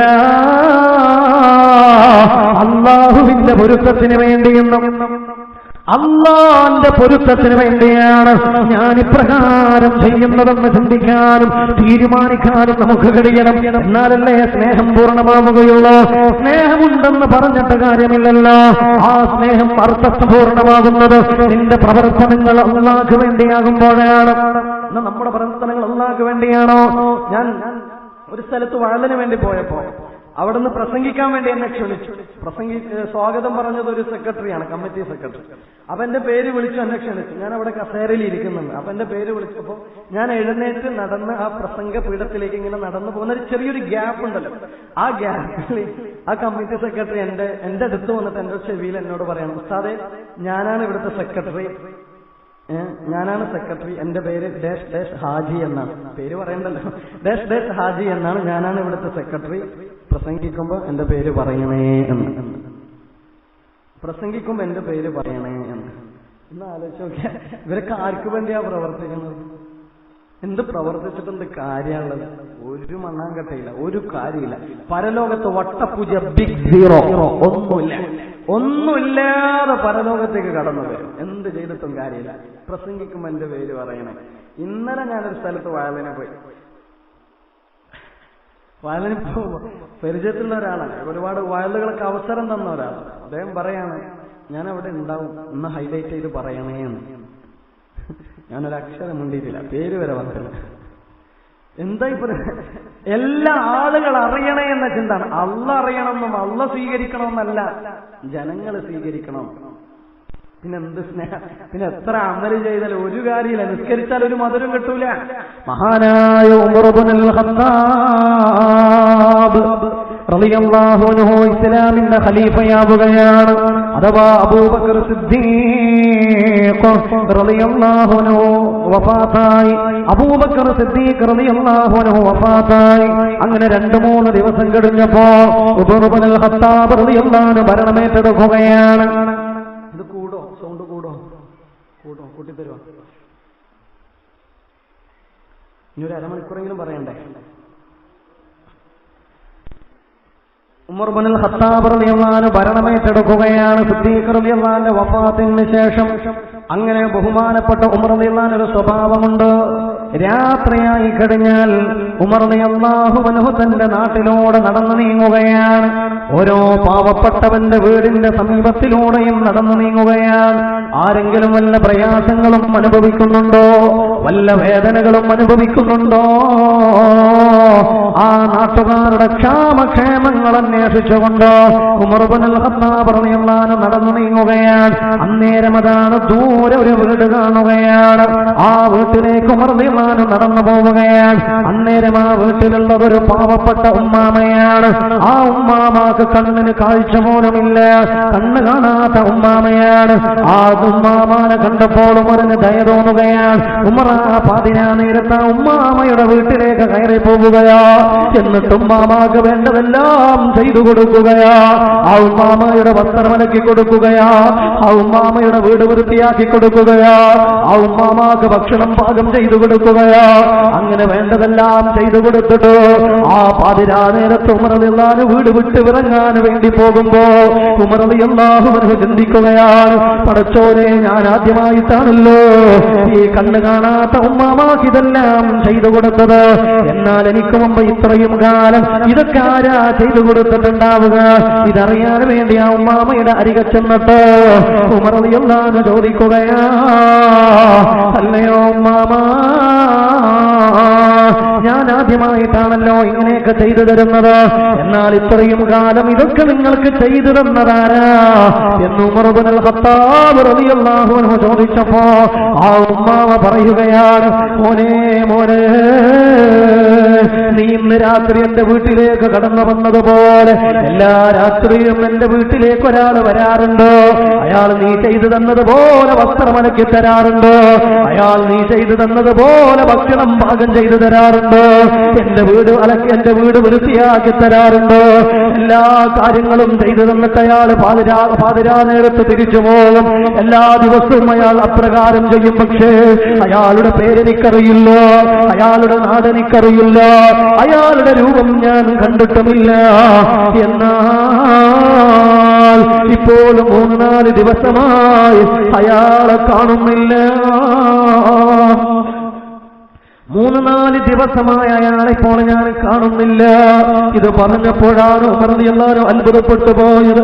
പടച്ചോനെ, 3-4 ദിവസം മുമ്പ് വഫാത്തായ അബൂബക്കർ സിദ്ദീഖ് റളിയല്ലാഹു അൻഹു ആയിരുന്നല്ലോ ഇതൊക്കെ ചെയ്തു കൊടുത്തത് എന്നോ ഒരാളോടും പറയാതെ ഫ്ലക്സ് അടിക്കാതെ നോട്ടീസ് അടിക്കാതെ നാട്ടുകാരോട് വീമ്പ് പറയാതെ ബഹളം വെക്കാതെ ആ ഉമർ ഇബ്നുൽ ഖത്താബ് റളിയല്ലാഹു അൻഹു പാതിരാവിന്റെ പാതിവേളകളിൽ ആ ഉമ്മാമയെ സഹായിച്ചുകൊണ്ടിരിക്കുകയോ. ഇതൊക്കെ എന്തിനു വേണ്ടിയാണെന്നറിയോ? അല്ലാഹുവിന്റെ പൊരുത്തത്തിന് വേണ്ടിയാണ്. ആ പൊരുത്തമാണ് നമ്മൾ നേടിയെടുക്കേണ്ടത്. ആ സ്നേഹമാണ് നമ്മൾ സമ്പാദിച്ചെടുക്കേണ്ടത്. ആ അല്ലാഹുവിന്റെ സ്നേഹത്തിലാ നമ്മൾ സഞ്ചരിച്ചു കൊണ്ടിരിക്കേണ്ടത്. എല്ലാം അല്ലാഹുവിന് വേണ്ടി അങ്ങനെ മനസ്സ് നിറയെ അല്ലാഹു അല്ലാഹു അല്ലാഹ് ഹസ്ബി റബ്ബി ജല്ലല്ലാഹ് ഖൽബി ഗൈറുല്ലാഹ് നൂർ മുഹമ്മദ് സ്വല്ലല്ലാഹ്. ഇതിലൊരു വിഷയം പറഞ്ഞു തരാം. നമ്മൾ ഹസ്ബി റബ്ബി ചൊല്ലുമ്പോ മിക്ക ഉമ്മാമ്മമാർ എന്താ ചൊല്ലാന്നറിയാം? ഹസ്ബി റബ്ബി ജല്ലല്ലാഹ് മാ ഫീ ഖൽബി ഖൈറുല്ലാഹ്. ഞാൻ മിക്ക സദസ്സുകളിലും പറയുന്നതാണ്, പറയൽ നിർബന്ധമായതുകൊണ്ട് പറയാം. മാ ഫീ ഖൽബി ഖൈറുല്ലാഹ്. ഉമ്മാമ നിങ്ങളിപ്പോ എന്താ പറഞ്ഞെന്നറിയോ? ഹസ്ബി പറഞ്ഞ അർത്ഥം കേട്ട നിങ്ങളെ ബോധം കെട്ടുവിടോ, ഇത്രയും കാലം എങ്ങനെയാണോ പറഞ്ഞു പോയത് എന്ന്. ഹസ്ബി റബ്ബി, എനിക്കെന്റെ റബ്ബ് മതി. മാ ഫീ ഖൽബി, എന്റെ ഹൃദയത്തിലില്ല ഖൈറുല്ലാഹ്, അല്ലാഹുവിന്റെ ഒരു ഖൈറുമില്ല, അല്ലാഹുവിന്റെ ഒരു നന്മയും എന്റെ ഹൃദയത്തിലില്ല. ഇത് പറഞ്ഞിട്ടാ ദ്വാരക്കുള്ള പടച്ചോനെ വേദന മാറ്റിത്തരണേ, വേദന മാറ്റിത്തരോ? ഖൈറുള്ള എന്റെ ഖൈറു, അല്ലാഹുവിന്റെ ഒരു ഖൈറു എന്റെ ഹൃദയത്തിലില്ല എന്ന് അങ്ങനെയാണോ പറയേണ്ടത്? ഖൈറുള്ള എന്നല്ല. പിന്നെയോ മാ ഫീ ഖൽബി, എന്റെ ഹൃദയത്തിലില്ല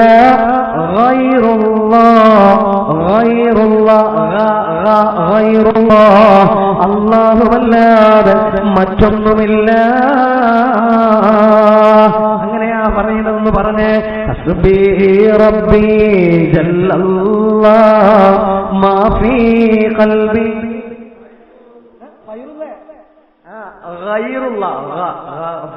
അങ്ങനെ ഒരുപാട് തെറ്റുകൾ. ഒരു 1-2 സൂചന തരാം, നമുക്ക് ഒറ്റ ഉപകരിക്കുന്നതായതുകൊണ്ട് പറയാം. അറിയുന്നവർ ഈ കൂട്ടത്തിലുണ്ട്, അവര് സഹകരിക്കാം, കേട്ടിട്ട് സഹകരിക്കാം, അറിയാത്തവർ പ്രതികരിക്കാം. എല്ലാവരും ഉറക്കെ അല്ലാഹ് പറഞ്ഞേ.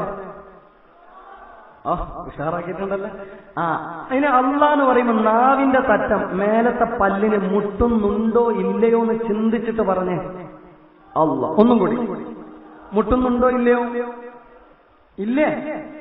ഉണ്ട്. ഇല്ലേ ഉമ്മ? അല്ലാഹ് എന്ന് പറയുമ്പോൾ നാവിന്റെ തറ്റം പല്ലിന് മുട്ടുന്നുണ്ട്. എന്നാ ഇന്ന് നമ്മൾ ഈ നാട്ടിൽ വാഴ കേൾക്കാൻ വേണ്ടി വന്ന ഈ ആണുങ്ങളും പെണ്ണുങ്ങളും കേട്ടോ, നിങ്ങൾ ഇത്രയും കാലം പറഞ്ഞ അള്ള തെറ്റാണ്, നിങ്ങൾ ഇത്രയും കാലം പറഞ്ഞ അള്ള തെറ്റാ. എന്താ പറഞ്ഞേ? അല്ലാ അല്ലാ അല്ലാ അല്ലാ.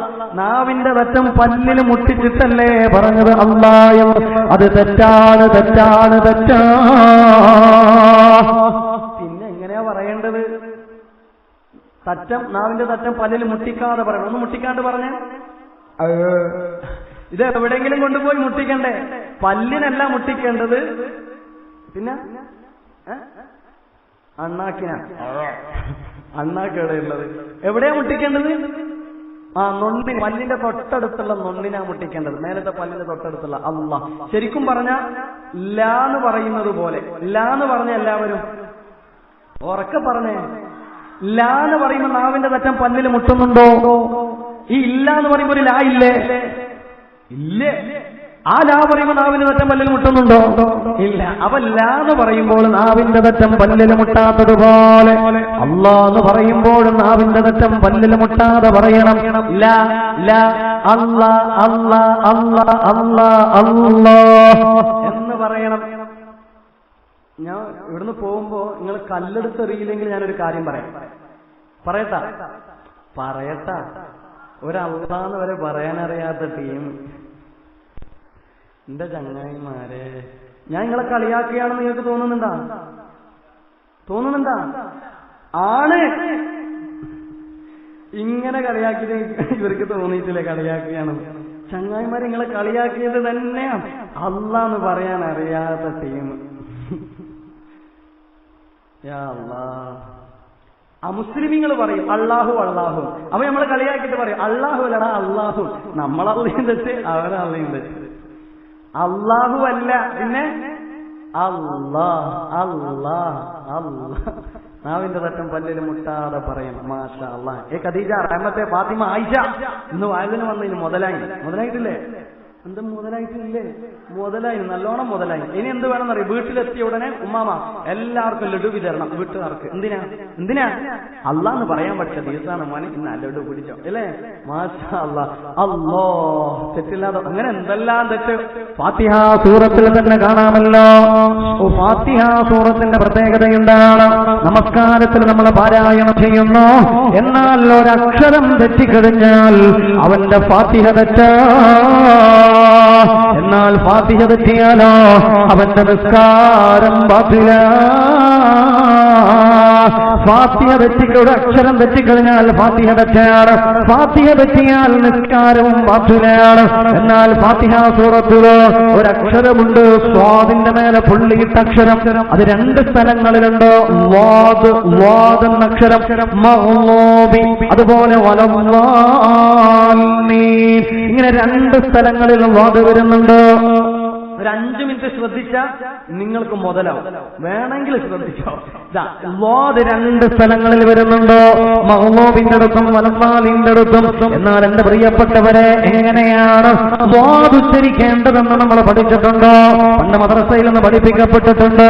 എങ്ങനെയാണ് വാദ് ഉച്ചരിക്കേണ്ടതെന്നറിയോ? നാവിന്റെ രണ്ടാലൊരു സൈഡ്,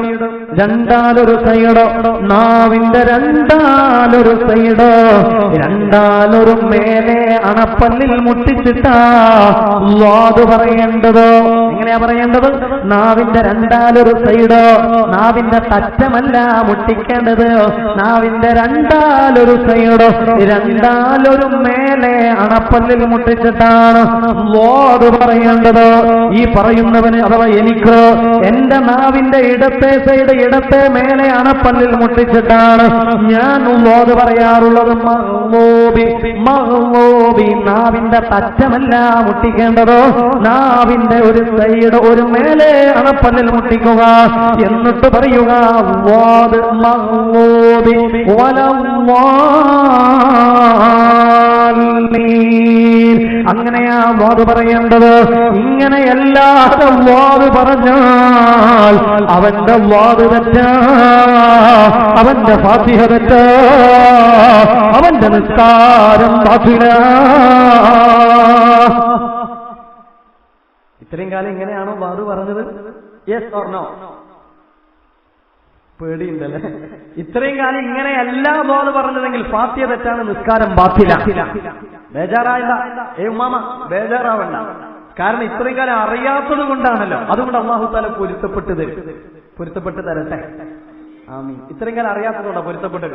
പക്ഷേ നാളത്തെ സുബഹി മുതൽ അള്ളാഹു പൊരുത്തപ്പെട്ടു തരൂല. കാരണം എന്താ? നമ്മളത് പഠിച്ചിട്ടുണ്ട്. എങ്ങനെയാണ് ബോധ പറയേണ്ടത് എന്ന്. നാവിന്റെ രണ്ടാലൊരു സൈഡ്, രണ്ടാലൊരു മേലെയാണ് പല്ലിൽ മുട്ടിച്ചിട്ടാ ബോധ പറയേണ്ടത് എന്ന് പഠിച്ചു കഴിഞ്ഞല്ലോ. ഇനി കാണാം മോനെ, നമ്മളെ വയല് കേൾക്കാൻ വേണ്ടി വന്ന ഉമ്മാമ. ഈ ഉമ്മാമ നാളെ സുബഹിസ്കരിക്കാണ്ട് നിൽക്കുന്നൊരു കോലമുണ്ട്. അല്ലെങ്കിൽ തന്നെ ഉമ്മാമാക്ക് വസ്വാസാണ്. അയാൾ കൂട്ടത്തിൽ വാദം പഠിച്ചിട്ടാ നാളെ ഒന്ന് സുബഹിസ്കരിക്കുന്നത്. ഇങ്ങനെയാവൂല. ഈ കോലത്തിലായിരിക്കും വാദ പറയലുണ്ടാവുക. ഇങ്ങനെ കഴുത്തു ചരിക്കേണ്ട ആവശ്യമൊന്നുമില്ല. പക്ഷെ ഇങ്ങനെയല്ലാതെ പറഞ്ഞാൽ, അഥവാ ഉച്ചാരണം തെറ്റിയിട്ട് പറഞ്ഞാൽ ഫാത്തിഹ തെറ്റാൻ നന്നായി ശ്രദ്ധിച്ചു പറയണം. ഇപ്പോഴും ചില ആൾക്കാർ വായും പൂട്ടിയിട്ട് ഇങ്ങനെ നിൽക്കുന്നുണ്ടാവും. എനിക്കിതൊന്നും ബാധകമല്ല. എല്ലാവർക്കും ബാധകമാണ്. ചൊല്ലി പഠിച്ചോ. ഇതൊരു ക്ലാസ്സില്, യുവാക്കളെ ക്ലാസ്സിൽ ഞാനിത് പറഞ്ഞു. മാസങ്ങൾക്ക് ശേഷം കണ്ണൂർ ടൗണിൽ വെച്ചിട്ട് ഒരു ചെറുപ്പക്കാരനെ കണ്ടു. അയാൾ എന്റെ അടുത്ത് വന്ന് സലാം പറഞ്ഞു, പരിചയപ്പെട്ടു. എന്നിട്ട് പറഞ്ഞു, സാറേ അന്ന് നമ്മുടെ നാട്ടിൽ ക്ലാസ് എടുക്കാൻ വേണ്ടി വന്നിരുന്നു, വാതെല്ലാം പഠിപ്പിച്ചിട്ടാ പോയത്. എന്നിട്ട് എല്ലാം വർത്താനം പറഞ്ഞ് പിരിഞ്ഞു പോകുമ്പോ ആ ചെറുപ്പക്കാരൻ പറയാം, എന്നാലും ഉസ്താദ് എന്ത് പണിയാ എടുത്തത്? ഞാൻ ചോദിച്ചു, എന്ത് പണി? നിങ്ങൾ വാതെല്ലാം പഠിപ്പിച്ചിട്ടല്ലേ പോയത്? എന്നോട് ഇങ്ങനെ ആ കണ്ണൂർ ടൗണിൽ വെച്ച് പറയാം, നിങ്ങൾ വാതെല്ലാം പഠിപ്പിച്ചിട്ടല്ലേ പോയത്? എന്നിട്ടുണ്ടല്ല അന്നും വലുതാ ഇന്ന് വരെ ഞാൻ നിസ്കരിക്കും. ആ ചെറുപ്പക്കാരൻ പറയാം, ഞാൻ നിസ്കരിക്കുമ്പോ ഫാത്തിഹ ഓതുമ്പോ വാത് പറയുന്ന സ്ഥലത്തുമ്പോ ഇങ്ങളെ മോന്തയാ ഓർമ്മ വരുന്നത് എന്ന് വെച്ചാൽ അങ്ങനെ അതിങ്ങനെ പറഞ്ഞു ഓർമ്മ വരിക. ഏതായിരുന്നാലും ഉമ്മാമ ഈ മോന്തയെന്ന് ഓർക്കാൻ നിൽക്കണ്ട, മറിച്ച് നന്നായി പറഞ്ഞോ, പഠിച്ചു മനസ്സിലാക്കിക്കോ വാതെങ്ങനെയാ പറയേണ്ടത് എന്ന്. ഇങ്ങനെ ഒരുപാട് തെറ്റുകളോ നമ്മുടെ ഫാത്തിഹകളിൽ പോലും കടന്നു വരികയാണ്. ഇരിക്കട്ടെ, കൂടുതൽ വിശദീകരിക്കുന്നില്ല. അതൊക്കെ ആത്യന്തികമായി നമ്മൾ പഠിക്കേണ്ടതാണ്. ഏതായിരുന്നാലും അല്ലാഹുവിനെ സ്നേഹിക്കുന്നവരുടെ പ്രിയം പറയുകയാണല്ലോ, ആ സ്നേഹം നിന്റെ മനസ്സിലുണ്ടോ ഇല്ലയോ എന്നതിന് 7 അടയാളങ്ങൾ പണ്ഡിതന്മാരെ പഠിപ്പിക്കുന്നുണ്ടോ. അള്ളാഹുവിനോട് നിനക്ക് സ്നേഹമുണ്ടോ ഇല്ലയോ എന്നതിന് 7 അടയാളങ്ങൾ പഠിപ്പിക്കുന്നുണ്ട്. ആ 7 അടയാളങ്ങൾ ഞാനിവിടെ പറയാൻ വേണ്ടി പോവുകയാണ്. ഓരോരുത്തരെയും കേൾക്കുക, എന്നിട്ട് ചിന്തിക്കപ്പെടച്ചോര് ഈ 7 അടയാളങ്ങളിൽ എനിക്കെത്ര അടയാളങ്ങളുണ്ട് എന്ന്. എന്നാൽ കേട്ടോ, അള്ളാഹുവിനോട് നിന്റെ മനസ്സിൽ സ്നേഹമുണ്ടെന്നതിന് 7 അടയാളങ്ങളുണ്ട്. അതിലൊന്നാമത്തെ അടയാളമായിട്ട് പണ്ഡിതന്മാരെ പഠിപ്പിക്കുകയാ, അള്ളാഹുവിനോട് സ്നേഹമുള്ള ഒരാൾക്ക് മരണത്തോട് വെറുപ്പുണ്ടാവുകയില്ല.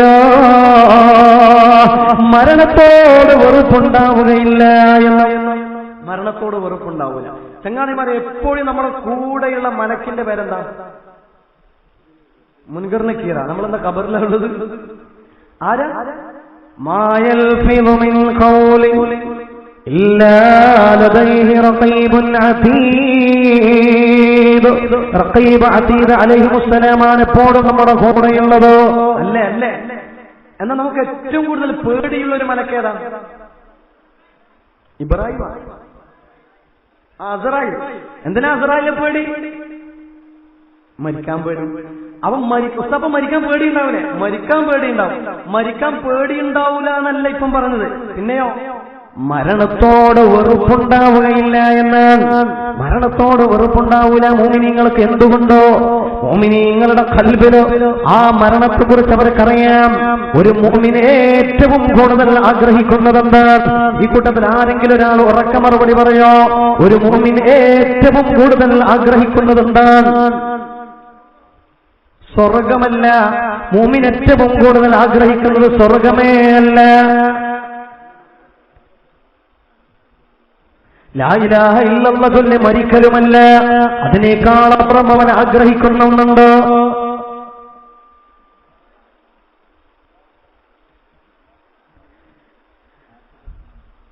ആഖിബത്ത് നന്നാവലുമല്ല. നിങ്ങൾ ഓരോന്ന് പറയുന്നതിന് ഞാൻ പറയാം.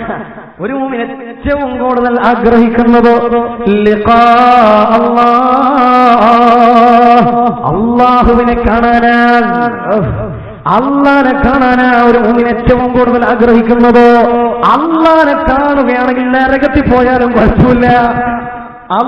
ചങ്ങായിമാരെ അള്ളാനെ കാണുന്ന ഉറപ്പുണ്ട് എന്നാ. പക്ഷെ അള്ളാഹു നമ്മളെ നരകത്തിലിടും. കുഴപ്പമുണ്ടോ ഇല്ലയോ? ഇല്ല, അത് ആത്മാർത്ഥമായിട്ടാവട്ടെ. നിങ്ങളൊന്ന് ആലോചിച്ചേക്ക, നരകത്തിൽ പോയാലും കുഴപ്പമില്ല. അള്ളാഹുവിന്റെ നോട്ടം നമുക്കുണ്ടെങ്കിൽ, അള്ളാഹുവിനെ കാണാൻ നമുക്ക് കഴിയുമെങ്കിൽ പിന്നെ നരകത്തിൽ പോയാലെന്ത്, സ്വർഗത്തിൽ പോയാലെന്ത്.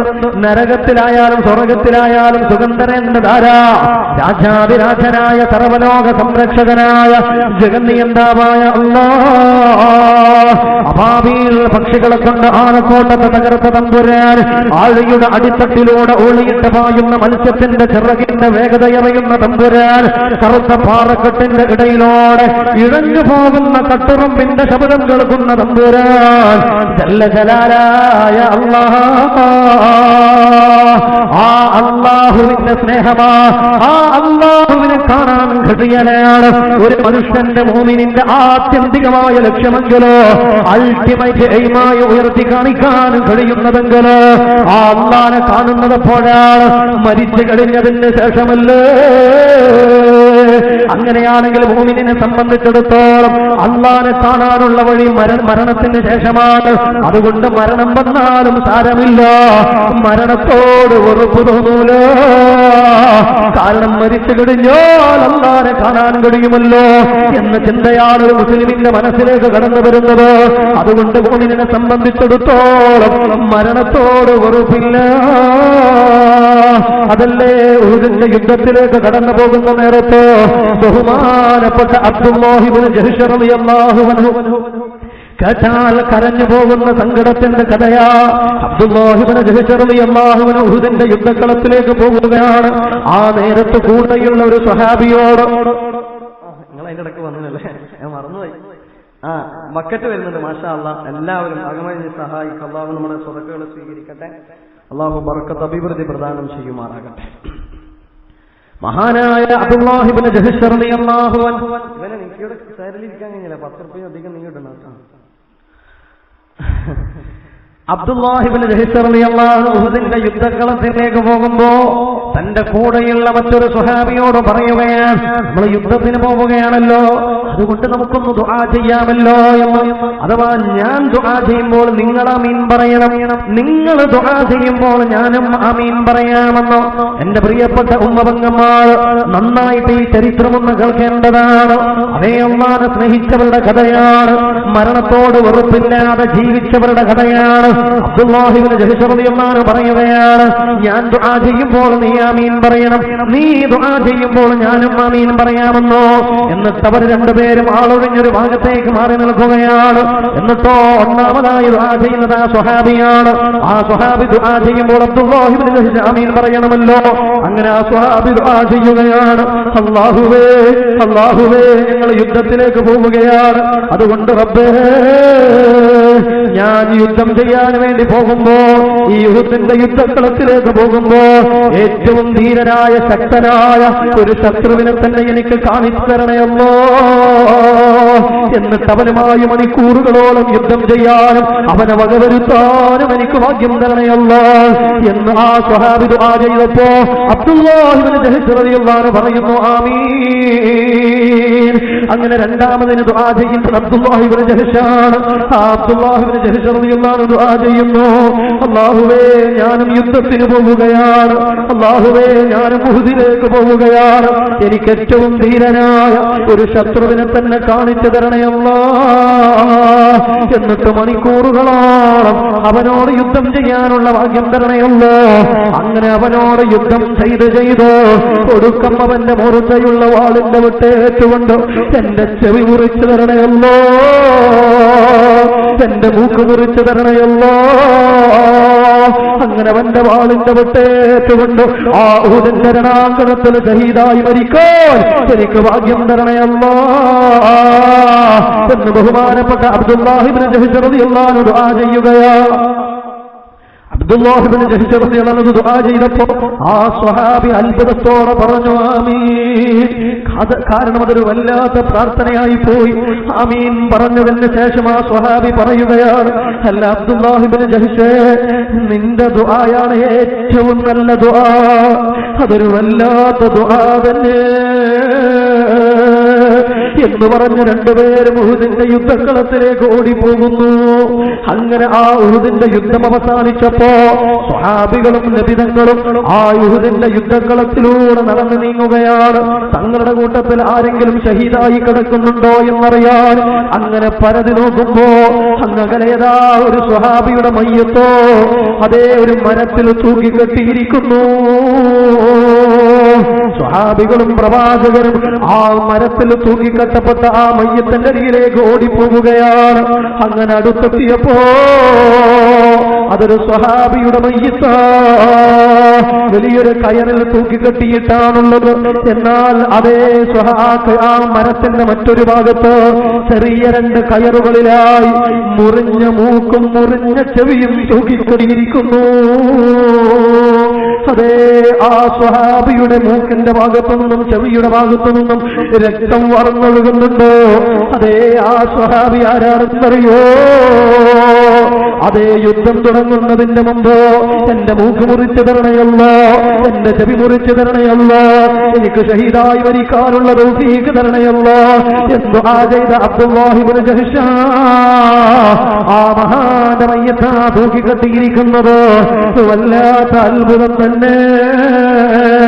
ആ നേരത്തെ ആമീൻ പറഞ്ഞ സ്വഹാബിയുണ്ടല്ലോ, ആ സ്വഹാബി സങ്കടത്തോടെ പറഞ്ഞു, അതേ അബ്ദുല്ലാഹി ഇബ്നു ജഹ്ഷിന്റെ പ്രാർത്ഥന എത്ര ആത്മാർത്ഥതയുള്ള പ്രാർത്ഥനയാണ്, അത് അല്ലാഹു സ്വീകരിച്ചിരിക്കുന്നു. മരണത്തോട് വെറുപ്പില്ലാത്ത ജീവിതം, മരണത്തോട് വെറുപ്പില്ലാത്ത ജീവിതം. അല്ലാഹുവിനെ സ്നേഹിച്ചവരുടെ മനസ്സിന് മരണത്തോട് വെറുപ്പുണ്ടാവൂല. ഇനി രണ്ടാമത്തെ അടയാളം കേട്ടോ, അല്ലാഹുവിന്റെ താല്പര്യത്തിന് മുൻഗണന കൊടുക്കുന്നു. അല്ലാഹുവിനെ സ്നേഹിക്കുന്നവര്, അല്ലാഹുവിന്റെ താല്പര്യത്തിന് മുൻഗണന കൊടുക്കുന്നവര്. എന്റെ പ്രിയപ്പെട്ടവരെ, നമ്മൾ അല്ലാഹുവിന്റെ താല്പര്യത്തിന് മുൻഗണന കൊടുക്കാറുണ്ടോ? എന്റെ പ്രിയപ്പെട്ട ഉമ്മ പെങ്ങന്മാരോട് ചോദിക്കുകയാ, നിന്റെ വീട്ടിലൊരു സൽക്കാരം നടക്കുകയാണ് ാണെങ്കിലോ, അതല്ല എങ്കിലും നീ ഒരു കല്യാണത്തിന് പോവുകയാണെങ്കിലോ, രാവിലെ 10 മണിക്കാണ് നീ കല്യാണത്തിന് പോയതെങ്കിലോ, വൈകുന്നേരം 4 മണിക്കാണ് നീ തിരിച്ചു വരുന്നതെങ്കിലോ, അതിനിടയിൽ ഒരു ളുഹർ നമസ്കാരമുണ്ടല്ലോ, ആ ളുഹർ നിസ്കാരം നിനക്ക് ഖളാ അല്ലേ? ആ ളുഹർ നിസ്കാരത്തിന്റെ കാര്യത്തിൽ നീ ശ്രദ്ധിക്കാറുണ്ടോ? ആ ളുഹർ നിസ്കാരം എന്താ നീ ഖളാ ആക്കാനുള്ള കാരണം? ആ ളുഹർ നമസ്കാരം ഖളാആക്കാനുള്ള കാരണം എന്താണ്? അത് നിന്റെ താല്പര്യമാ, അതിന് നിന്റെ സുഖവും സൗകര്യങ്ങളും മാനിച്ചുകൊണ്ടാണ്. ആ കല്യാണത്തിന്റെ അന്നും സൽക്കാരത്തിന്റെ അന്നും നീ ളുഹർ നമസ്കാരം ഖളാആക്കുന്നതെങ്കിലോ, നിനക്ക് അല്ലാഹുവിന്റെ താല്പര്യങ്ങളെക്കാൾ നിന്റെ താല്പര്യങ്ങളോടാണ് നിനക്ക് താല്പര്യമുള്ളത്. അതുപോലെ എന്റെ പ്രിയപ്പെട്ട ചെറുപ്പക്കാർ, ആ സുബഹിയുടെ ബാങ്ക് പള്ളി മിനാരങ്ങളിൽ നിന്ന് മുഴങ്ങിക്കൊടുക്കുന്ന നേരത്ത് അസ്സലാത്തു ഖൈറും മിനൻ എന്ന മധുര മനോഹരമായ ബാങ്കുലികൾ കേൾക്കുന്ന നേരത്ത് എന്റെ പ്രിയപ്പെട്ടവരെ, നമ്മളങ്ങ് മൂടിപ്പുറച്ച് കിടന്നുറങ്ങുകയാ. ആ പ്രഭാതത്തിന്റെ ഇളം തണുപ്പേറ്റുകൊണ്ട് മൂടിപ്പുറച്ച് കിടന്നുറങ്ങുമ്പോ നീ രാവിലെ എഴുന്നേൽക്കുന്നത് സുബഹി ഖളാആയ നിലയിലാണ്. മൻ സല്ല സുബ്ഹ ഫഹുവ ഫീ ദിമ്മത്തില്ലാഹ്. ആരെങ്കിലും സുബഹി നമസ്കാരം നിർവഹിച്ചു കഴിഞ്ഞാൽ അവൻ അല്ലാഹുവിന്റെ ഉത്തരവാദിത്തത്തിലാണെന്ന് റസൂലുള്ളാഹി പഠിപ്പിച്ചിട്ടുണ്ടല്ലോ. സുബഹി നിസ്കരിക്കാതെ നീ എഴുന്നേറ്റ് കഴിഞ്ഞാൽ പിന്നെ നിനക്ക് അല്ലാഹുവിന്റെ ഉത്തരവാദിത്തമില്ല, നിനക്ക് അല്ലാഹുവിന്റെ സംരക്ഷണമില്ല. എങ്കിൽ എന്റെ പ്രിയപ്പെട്ടവര്, ആ പ്രഭാത നേരത്തെ സുബഹി നീ ഖളാആക്കുന്നത് ആരുടെ താല്പര്യമാ? നിനക്ക് സുഖകരമായി കിടന്നുറങ്ങണമെന്ന് നിന്റെ താല്പര്യമാണ്. നിന്റെ താല്പര്യത്തിന്റെ പുറത്ത് അല്ലാഹുവിന്റെ താല്പര്യമാകുന്ന നമസ്കാരത്തെ നീ മാറ്റിവെക്കുകയാ. നഊദു ബില്ലാഹ്. അല്ലാഹുവിന്റെ താല്പര്യത്തിന് മുൻഗണന കൊടുക്കാൻ വേണ്ടി കഴിയണം. ഇത് മുഅ്മിനീങ്ങളുടെ സ്വഭാവമാണ്. അല്ലാഹു തൗഫീഖ് തരട്ടെ. എങ്ങനെ അല്ലാഹുവിനോടുള്ള സ്നേഹം നമുക്ക് പൂർണ്ണമാവുകയുള്ളൂ?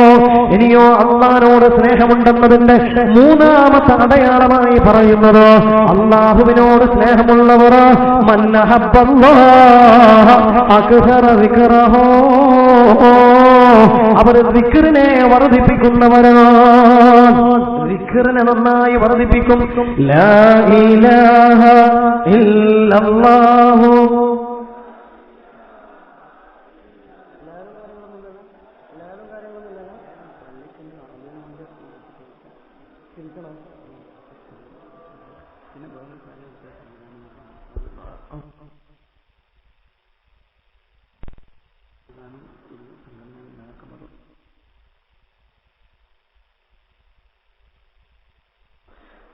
അള്ളാഹുവിനോട് ഇഷ്ടമുണ്ടായിക്കഴിഞ്ഞാൽ സ്മരണയെ വർദ്ധിപ്പിക്കുമെന്നാണ്, ദിക്റിനെ വർദ്ധിപ്പിക്കുമെന്നാണ്. ഇതൊരു നല്ലൊരു മുഅ്മിനിന്റെ, അള്ളാഹുവിനോട് സ്നേഹമുള്ള മുഅ്മിനിന്റെ അടയാളമാണ്.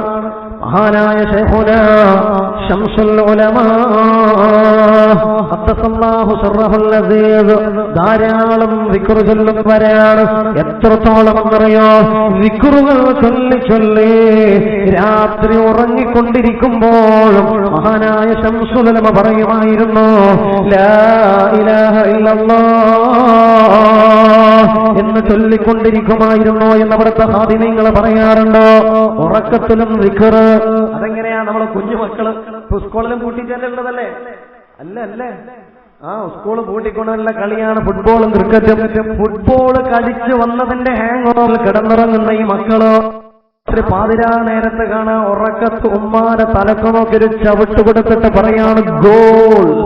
എന്തേ കാരണം? ഇത് രാവിലെ പറയുന്നത് രാത്രി ഉറക്കത്തിലും പറഞ്ഞുകൊണ്ടിരിക്കുകയാണ്. ഇതുപോലെ ശംസുൽ ഉലമ പറയുമായിരുന്നു, ലാ ഇലാഹ ഇല്ലല്ലാഹ് എന്ന് വച്ചാൽ രാവിലെ പറയുന്നത് രാത്രി ഉറക്കത്തിലും കൂടുതൽ പറയുകയാണ്.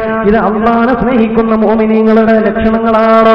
ദിക്റുകൾ വർദ്ധിപ്പിക്കുക എന്ന് ഇതേ ശംസുൽ ഉലമയെ സമീപിച്ചുകൊണ്ട് ആ വയനാട് ഭാഗത്തുള്ള ഹംസ മുസ്ലിയാർ വലിയ പണ്ഡിതനാണ്. ആ പണ്ഡിതന് ശംസുൽ ഉലമയോട് അസ്മാഉൽ ഹുസ്നയുടെ ഇജാസത്ത് ചോദിക്കുകയാണ്. അസ്മാഉൽ ഹുസ്ന എന്ന് പറഞ്ഞാൽ അല്ലാഹുവിന്റെ നാമങ്ങളാണ്. അല്ലാഹുവിന് 99 നാമങ്ങളാണ്. ആ നാമങ്ങൾ എല്ലാ ദിവസവും ചൊല്ലാനുള്ള ഇജാസത്ത് ചോദിക്കുന്നു. അന്നേരം ശംസുൽ ഉലമ പറയുന്നു, അല്ലാഹുവിന്റെ 99 നാമങ്ങളുണ്ടല്ലോ, ഓരോ നാമവും ഓരോ ലക്ഷം വീതം നീ ചൊല്ലിയിട്ട് വാ, എന്നിട്ട് നിനക്ക് ഞാൻ ഇജാസത്ത് തരാമെന്ന് മഹാനായ ശംസുൽ ഉലമ പറയുന്നു. നമ്മളോടാണ് ഇതാരെങ്കിലും പറഞ്ഞെങ്കിൽ നമ്മൾ ആ വഴിക്ക് പിന്നെ പോവില്ല. എന്നാൽ ഈ ഉസ്താദ് ദിവസങ്ങൾ കഴിഞ്ഞിട്ട് തിരിച്ചു പോവുകയാണ്. ശംസുൽ ഉലമയുടെ അരികിലേക്ക് ഞാനത് ചൊല്ലിത്തീർത്തു എന്ന് പറഞ്ഞിട്ടോ, എന്റെ പ്രിയപ്പെട്ടവരെ 99 നാമങ്ങൾ ഓരോന്നും ഓരോ ലക്ഷം വീതം ചൊല്ലിയാൽ 99 ലക്ഷം തവണ ചൊല്ലണ്ടേ. ചൊല്ലാൻ അവർക്ക് മടി തോന്നൂല. ഖൽബിൽ സ്നേഹമുണ്ടോ? ദിക്ർ ചൊല്ലാൻ വല്ലാതെ താല്പര്യമാ. എന്റെ പ്രിയപ്പെട്ട ഉമ്മപെങ്ങന്മാർ, ദിക്ർ ചൊല്ലാൻ താല്പര്യമുള്ള സഹോദരന്മാരൊന്ന് കേൾക്കണേ. അല്ലാഹുവിനോട് സ്നേഹമുണ്ട്. അല്ലാഹുവിന്റെ പേരുകൾ എല്ലാ ദിവസവും ഒരു വട്ടമെങ്കിലും പറയണം. അല്ലാഹുവിന്റെ 99 നാമങ്ങളുണ്ടല്ലോ, അതൊരു വട്ടമെങ്കിലും പറയാൻ നമ്മൾ ശ്രമിക്കേണ്ടതാണ്. യാ അല്ലാഹു യാ റബ്ബ് യാ റഹ്മാൻ യാ റഹീം യാ മലിക് യാ ഖുദ്ദൂസ് യാ സലാം യാ മുഅ്മിൻ യാ മുഹൈമിൻ യാ അസീസ് യാ ജബ്ബാർ യാ മുതകബ്ബിർ യാ ഖാലിഖ് യാ ബാരിഉ യാ മുസവ്വിർ യാ ഗഫാർ യാ ഖഹാർ യാ വഹാബ് യാ റസാഖ് യാ ഫതാഹ് യാ ഹലീം യാ ഖാബിദ് യാ ബാസിദ് യാ ഖാഫിദ് യാ റാഫി യാ മുഇസ് യാ മുദിൽ യാ സമീഉ യാ ബസീർ യാ ഹകം യാ അദൽ യാ ലതീഫ് യാ ഖബീർ യാ അലീം യാ അലീം യാ ഗഫൂർ യാ ശകൂർ യാ അലിയ് യാ കബീർ യാ ഹഫീദ് യാ മുഖീത് യാ ഹസീബ് യാ ജലീൽ യാ കരീം യാ റഖീബ് യാ മുജീബ് യാ വസീഉ യാ ഹാബ് യാ വാസു യാ ഹകീം യാ വദൂദ് യാ മജീദ് യാ ബായിദ് യാ ഷഹീദ് യാ ഹഖ് യാ വലി യാ വഖി യാ മതീൻ യാ വലിയു എന്ന് തുടങ്ങിയിട്ടുള്ള 99 നാമങ്ങളുണ്ടല്ലോ. ആ 99 നാമങ്ങൾ എല്ലാ ദിവസവും ഒരു വട്ടമെങ്കിലും ഓതി തീർക്കാൻ, ഒരു വട്ടമെങ്കിലും ചൊല്ലാൻ എന്റെ പ്രിയപ്പെട്ടവർ തയ്യാറാവുക. അല്ലാഹു തൗഫീഖ് തരട്ടെ. അല്ലാഹുവോട് സ്നേഹമുള്ളവരെങ്ങനെയാ?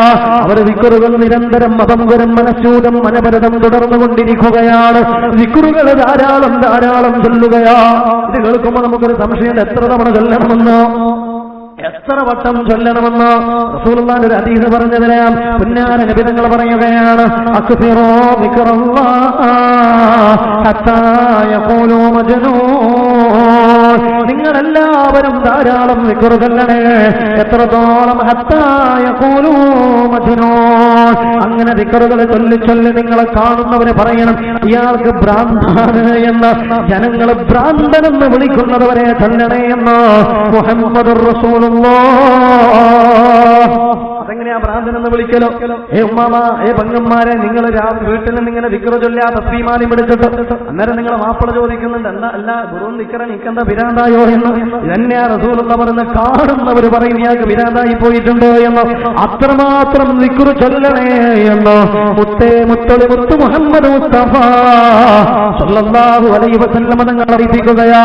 ഈ ഇരിക്കുന്ന ഈ ശബ്ദം ശ്രവിക്കുന്ന പ്രിയപ്പെട്ടവരോട് ഒരു ചോദ്യമുണ്ടോ? നാം എന്തെങ്കിലും വല്ലതും പതിവായി ചൊല്ലാറുണ്ടോ എന്ന്, വല്ലതും പതിവാക്കാറുണ്ടോ എന്ന്? ഇല്ല എങ്കിൽ ഇന്നു മുതൽ തുടങ്ങണം. ഈ വിഷയത്തിന്റെ തുടക്കത്തിൽ ഒരു 70 തവണ അസ്തഗ്ഫിറുല്ലാഹ് ചൊല്ലേണ്ട വിഷയം പറഞ്ഞല്ലോ. 700 പാപങ്ങൾ വരെ പൊറുക്കപ്പെടാൻ കാരണമാകുന്ന ഇസ്തിഗ്ഫാർ 70 വട്ടം ചൊല്ലണേ എന്ന് മുഹമ്മദ് മുസ്തഫ സല്ലല്ലാഹു അലൈഹി വസല്ലം തങ്ങൾ പറഞ്ഞതൊന്ന് നെഞ്ചോട് ചേർത്ത് വെച്ചോട്. എല്ലാ ദിവസവും ഒരു വട്ടമെങ്കിലും ചൊല്ലി തീർത്തോട്. അതുപോലെ അള്ളാഹുവിന്റെ 99 നാമങ്ങള് മുടങ്ങാതെ ചൊല്ലിക്കോണേ. ആകെ ഒരു അര മിനിറ്റ് മതി അള്ളാഹുവിന്റെ 99 നാമങ്ങൾ ചൊല്ലാൻ. പക്ഷെ ചൊല്ലാനുള്ള മനസ്സ് വേണം. ആ മനസ്സ് ആർക്കേ ഉണ്ടാവുകയുള്ളൂ? അള്ളാഹിനോട് സ്നേഹമുള്ളവർക്കേ ഉണ്ടാവുകയുള്ളൂ. ഒരാളോട് സ്നേഹം കൂടിക്കഴിഞ്ഞാൽ അയാളെ കുറിച്ച് നമ്മൾ ധാരാളം പറയുമല്ലോ. നമ്മളെ പേരക്കുട്ടികളെ കുറിച്ച് നമ്മളെല്ലാവരോടും പറയും, എന്റെ പേരക്കുട്ടി എങ്ങനെയാണ്, അവൻ ഭയങ്കര കളിയാ, അവൻ കുസൃതിയ എന്നെ. സ്നേഹിക്കുന്നവരെ കുറിച്ച് ധാരാളം പറഞ്ഞുകൊണ്ടേയിരിക്കും. എന്നാൽ അള്ളാഹനെ സ്നേഹിക്കുന്ന മുഅ്മിനീങ്ങള് അള്ളാഹനെ കുറിച്ചും ധാരാളം പറയണമെന്നാണ്. എനിക്ക് കേൾക്കണമെന്ന് പ്രിയപ്പെട്ടവര്, അള്ളാഹുവിനോട് നിനക്ക് സ്നേഹമുണ്ടോ എന്നതിന് 4ാമത്തെ അടയാളം പറയുന്നത്, മുഅ്മിനീങ്ങളായ ആളുകള്, അള്ളാഹനെ സ്നേഹിക്കുന്ന ആളുകള് ഖുർആനിനെയും റസൂലുള്ളാഹിനെയും സ്നേഹിക്കുന്നവരോ. അള്ളാഹിനോട് സ്നേഹമുണ്ടോ എങ്കിൽ അവർ ഖുർആനിനെയും സ്നേഹിക്കും, റസൂലുള്ളാഹിനെയും സ്നേഹിക്കുമെന്നോ. ഖുർആനിനോട് നമുക്ക് സ്നേഹ ആദരവുകളുണ്ടോ? ആദരവ് കുറഞ്ഞുകൊണ്ടിരിക്കുകയാണ്. നമ്മുടെ വീട്ടിലുള്ള ഖുർആൻ പോലും എങ്ങനെയാണ് കൃത്യമായി ഉപയോഗിക്കേണ്ടതെന്ന് പോലും അറിയാത്തവരോ, ആദരിക്കേണ്ട രൂപം പോലും അറിയാത്തവരോ. മഹാനായ, എന്റെ ഓർമ്മ ശരിയാണെങ്കിൽ അന്തർപാപ എന്ന് പറയുന്ന വലിയൊരു മഹാനുണ്ടോ. ആ മഹാനെ കാണാൻ ഒരാൾ പോകുകയാണ്. എന്നിട്ട് പറയുകയാണ്, അന്തർപാപ്പയോട് പറയുകയാണ്, പാപ്പ ഒരുപാട് വിഷമങ്ങളാ, പ്രയാസങ്ങളാ, ദുരിതങ്ങളാ, ദുരന്തങ്ങളാ, രോഗങ്ങളാ എല്ലാം ഒന്ന് മാറിക്ക് രക്ഷപ്പെടാൻ വേണ്ടി ദുആ ചെയ്യണേ, ഒരു പോംവഴി പറഞ്ഞു തരണേ എന്ന് ഈ സാധുവായ മനുഷ്യന് വന്ന് അന്തർപാപ്പയോട് പറഞ്ഞപ്പോ അന്തർപാപ്പ പറയാടാ, നിന്റെ വീടിന്റെ മച്ചല് നോക്കിയിട്ട് വാ, നിന്റെ വീടിന്റെ അറ്റത്ത് നോക്കിയിട്ട് വാ, അവിടെ നിനക്ക് പരിഹാരമുണ്ടെന്ന് ബഹുമാനപ്പെട്ട അന്തർപാപ്പ പറയുകയാ. അപ്പൊ ഇയാളിങ്ങനെ അന്തം വിട്ടുപോയി, വടച്ചോനെ എന്റെ വിഷമം തീരാൻ അത്തത്ത് പോയിട്ട് നോക്കണോന്നാ പറഞ്ഞത്. ഏതായാലും ഔലിയാക്കൾ പറഞ്ഞല്ലേ എന്ന് കരുതിയിട്ട് ഈ മനുഷ്യൻ നേരെ വീട്ടിലേക്ക് പോയി വീടിന്റെ മച്ചിന്റെ മുകളിൽ കയറി അത്തം പരിശോധിക്കുകയാണ്. പരിശോധിച്ചപ്പോ എന്താ ഉള്ളതെന്നറിയോ? അവിടെ ഒരു മുസ്ഹഫ്, പഴയൊരു മുസ്ഹഫ്. ആ മുസ്ഹഫിന്റെ മുകളിൽ ഒരു ചെരുപ്പിങ്ങനെ കിടക്കുന്നു. മുസ്ഹഫിന്റെ മുകളിൽ ചെരുപ്പ് കിടക്കുകയാണ്. ഇത് കണ്ടപ്പോൾ അയാൾക്ക് വല്ലാത്ത ബേജാറായി. അയാൾ ആ ചെരുപ്പങ്ങ് മാറ്റിയിട്ടോ മുസ്ഹഫ് കയ്യിലെടുത്ത് പൊടി തട്ടിയിട്ട് വൃത്തിയാക്കുകയാണ്. അയാൾക്ക് അപ്പോഴാണ് മനസ്സിലായത്, എന്റെ വീട്ടിൽ ദുരന്തം വരാൻ, എന്റെ വീട്ടിൽ ദാരിദ്ര്യം വരാൻ, എന്റെ വീട്ടുകാർക്ക് രോഗം വരാനുള്ള കാരണം, എനിക്ക് പ്രയാസം വരാനുള്ള കാരണം, എന്റെ ജീവിതം ഇത്രമേൽ വഷളാവാനുള്ള കാരണം ഈ ഖുർആനിനെ അവമതിച്ചതാണ്, ഈ ഖുർആനിനെ നിസ്സാരമാക്കിയതാ. എന്റെ പ്രിയപ്പെട്ട മുത്തുമോമിനികള്, എന്റെ പ്രിയപ്പെട്ട ഉമ്മവങ്ങന്മാര്, നിന്റെ വീട്ടിലുള്ള മുസ്ഹഫ് എവിടെയാ നീ സൂക്ഷിച്ചു വെക്കാറുള്ളത്? ചില ആളുകളൊക്കെ മുസ്ഹഫ് എവിടെയാണ് വെച്ചതെന്ന് പോലും അറിയൂല.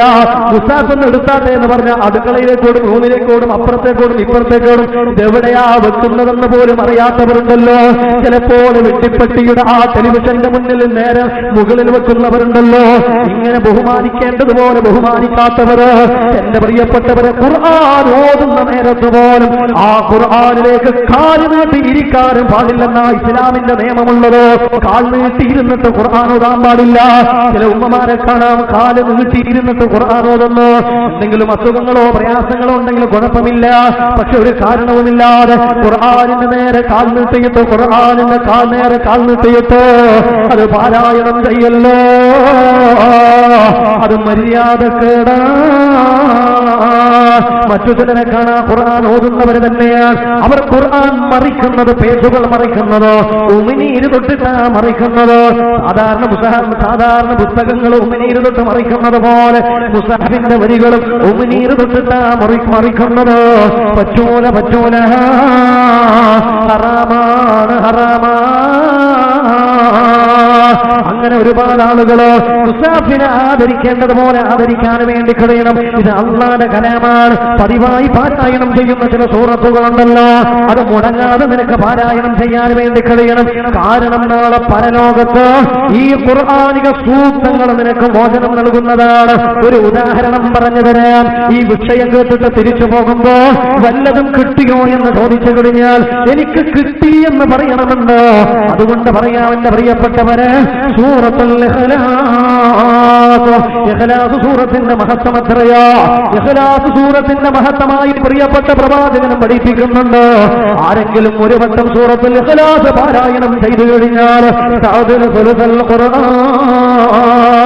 അത് ഖുർആനിന്റെ മൂന്നിലൊന്ന്, അത് ഖുർആനിന്റെ മൂന്നിലൊന്നാണെന്ന് റസൂലുള്ളാഹി സ്വല്ലല്ലാഹു അലൈഹി വസല്ലം തങ്ങൾ പറയുകയാ. ഖുർആനിന്റെ മൂന്നിലൊന്ന് എന്ന് പറഞ്ഞാൽ എത്രയാണ്? 30 ജുസ് ആണല്ലോ ഖുർആൻ. അതിന്റെ മൂന്നിലൊന്നെന്ന് പറഞ്ഞാൽ 10 ജുസ്.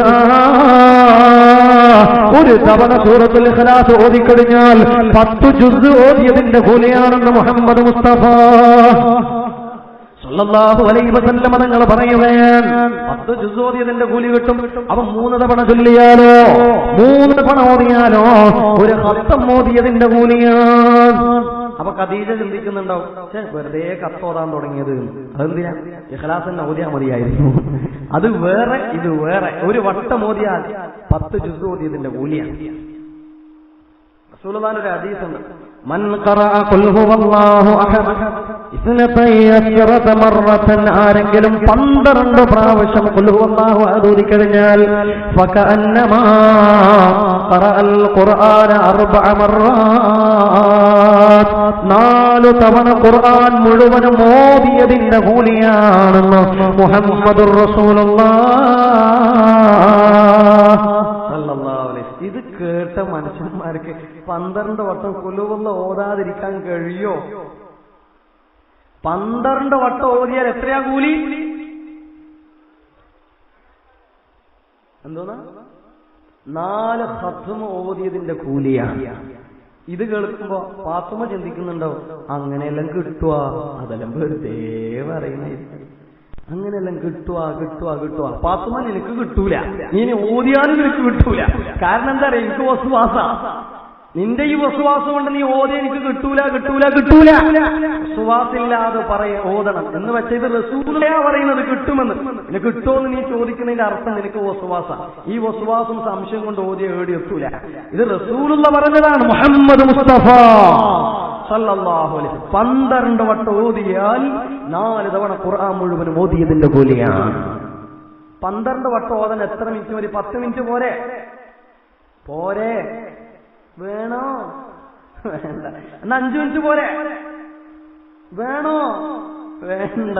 എന്നൊരു 3 മിനിറ്റ് പോരെ? വേണോ? വേണ്ട. നിങ്ങളൊന്ന് ഓതി നോക്ക്. 12 വട്ടം ഓതിയിട്ട് സമയം പിടിച്ചു നോക്ക്. 2 മിനിറ്റിൽ കൂടുതൽ വേണ്ട. 2 മിനിറ്റിൽ കൂടുതൽ വേണ്ട 12 വട്ടം ഓതാൻ. ഒരു വട്ടമെങ്കിലും നമുക്ക് ഒരുമിച്ച് ഓതാമല്ലോ. ബിസ്മില്ലാഹിർ റഹ്മാനിർ റഹീം. ഖുൽ ഹുവല്ലാഹു അഹദ് അല്ലാഹുസ് സമദ് ലം യലിദ് വലം യൂലദ് വലം യകുൽ ലഹു കുഫുവൻ അഹദ് എന്ന് 12 വട്ടം ഓതിയാൽ 4 തവണ ഖുർആൻ മുഴുവനും ഓതിയതിന്റെ കൂലിയാണെന്ന് പറഞ്ഞു തന്നതാരാ? ജീവിതത്തിൽ ഒരു തവണ പോലും കളവ് പറയാത്ത, പൊളിവാക്ക് പറയാത്ത, പുലഭ്യം പറയാത്ത ലോകത്തിന്റെ മുത്തായ മുസ്ലിമീങ്ങളുടെ സ്വത്തായ മുഹമ്മദ് മുസ്തഫ.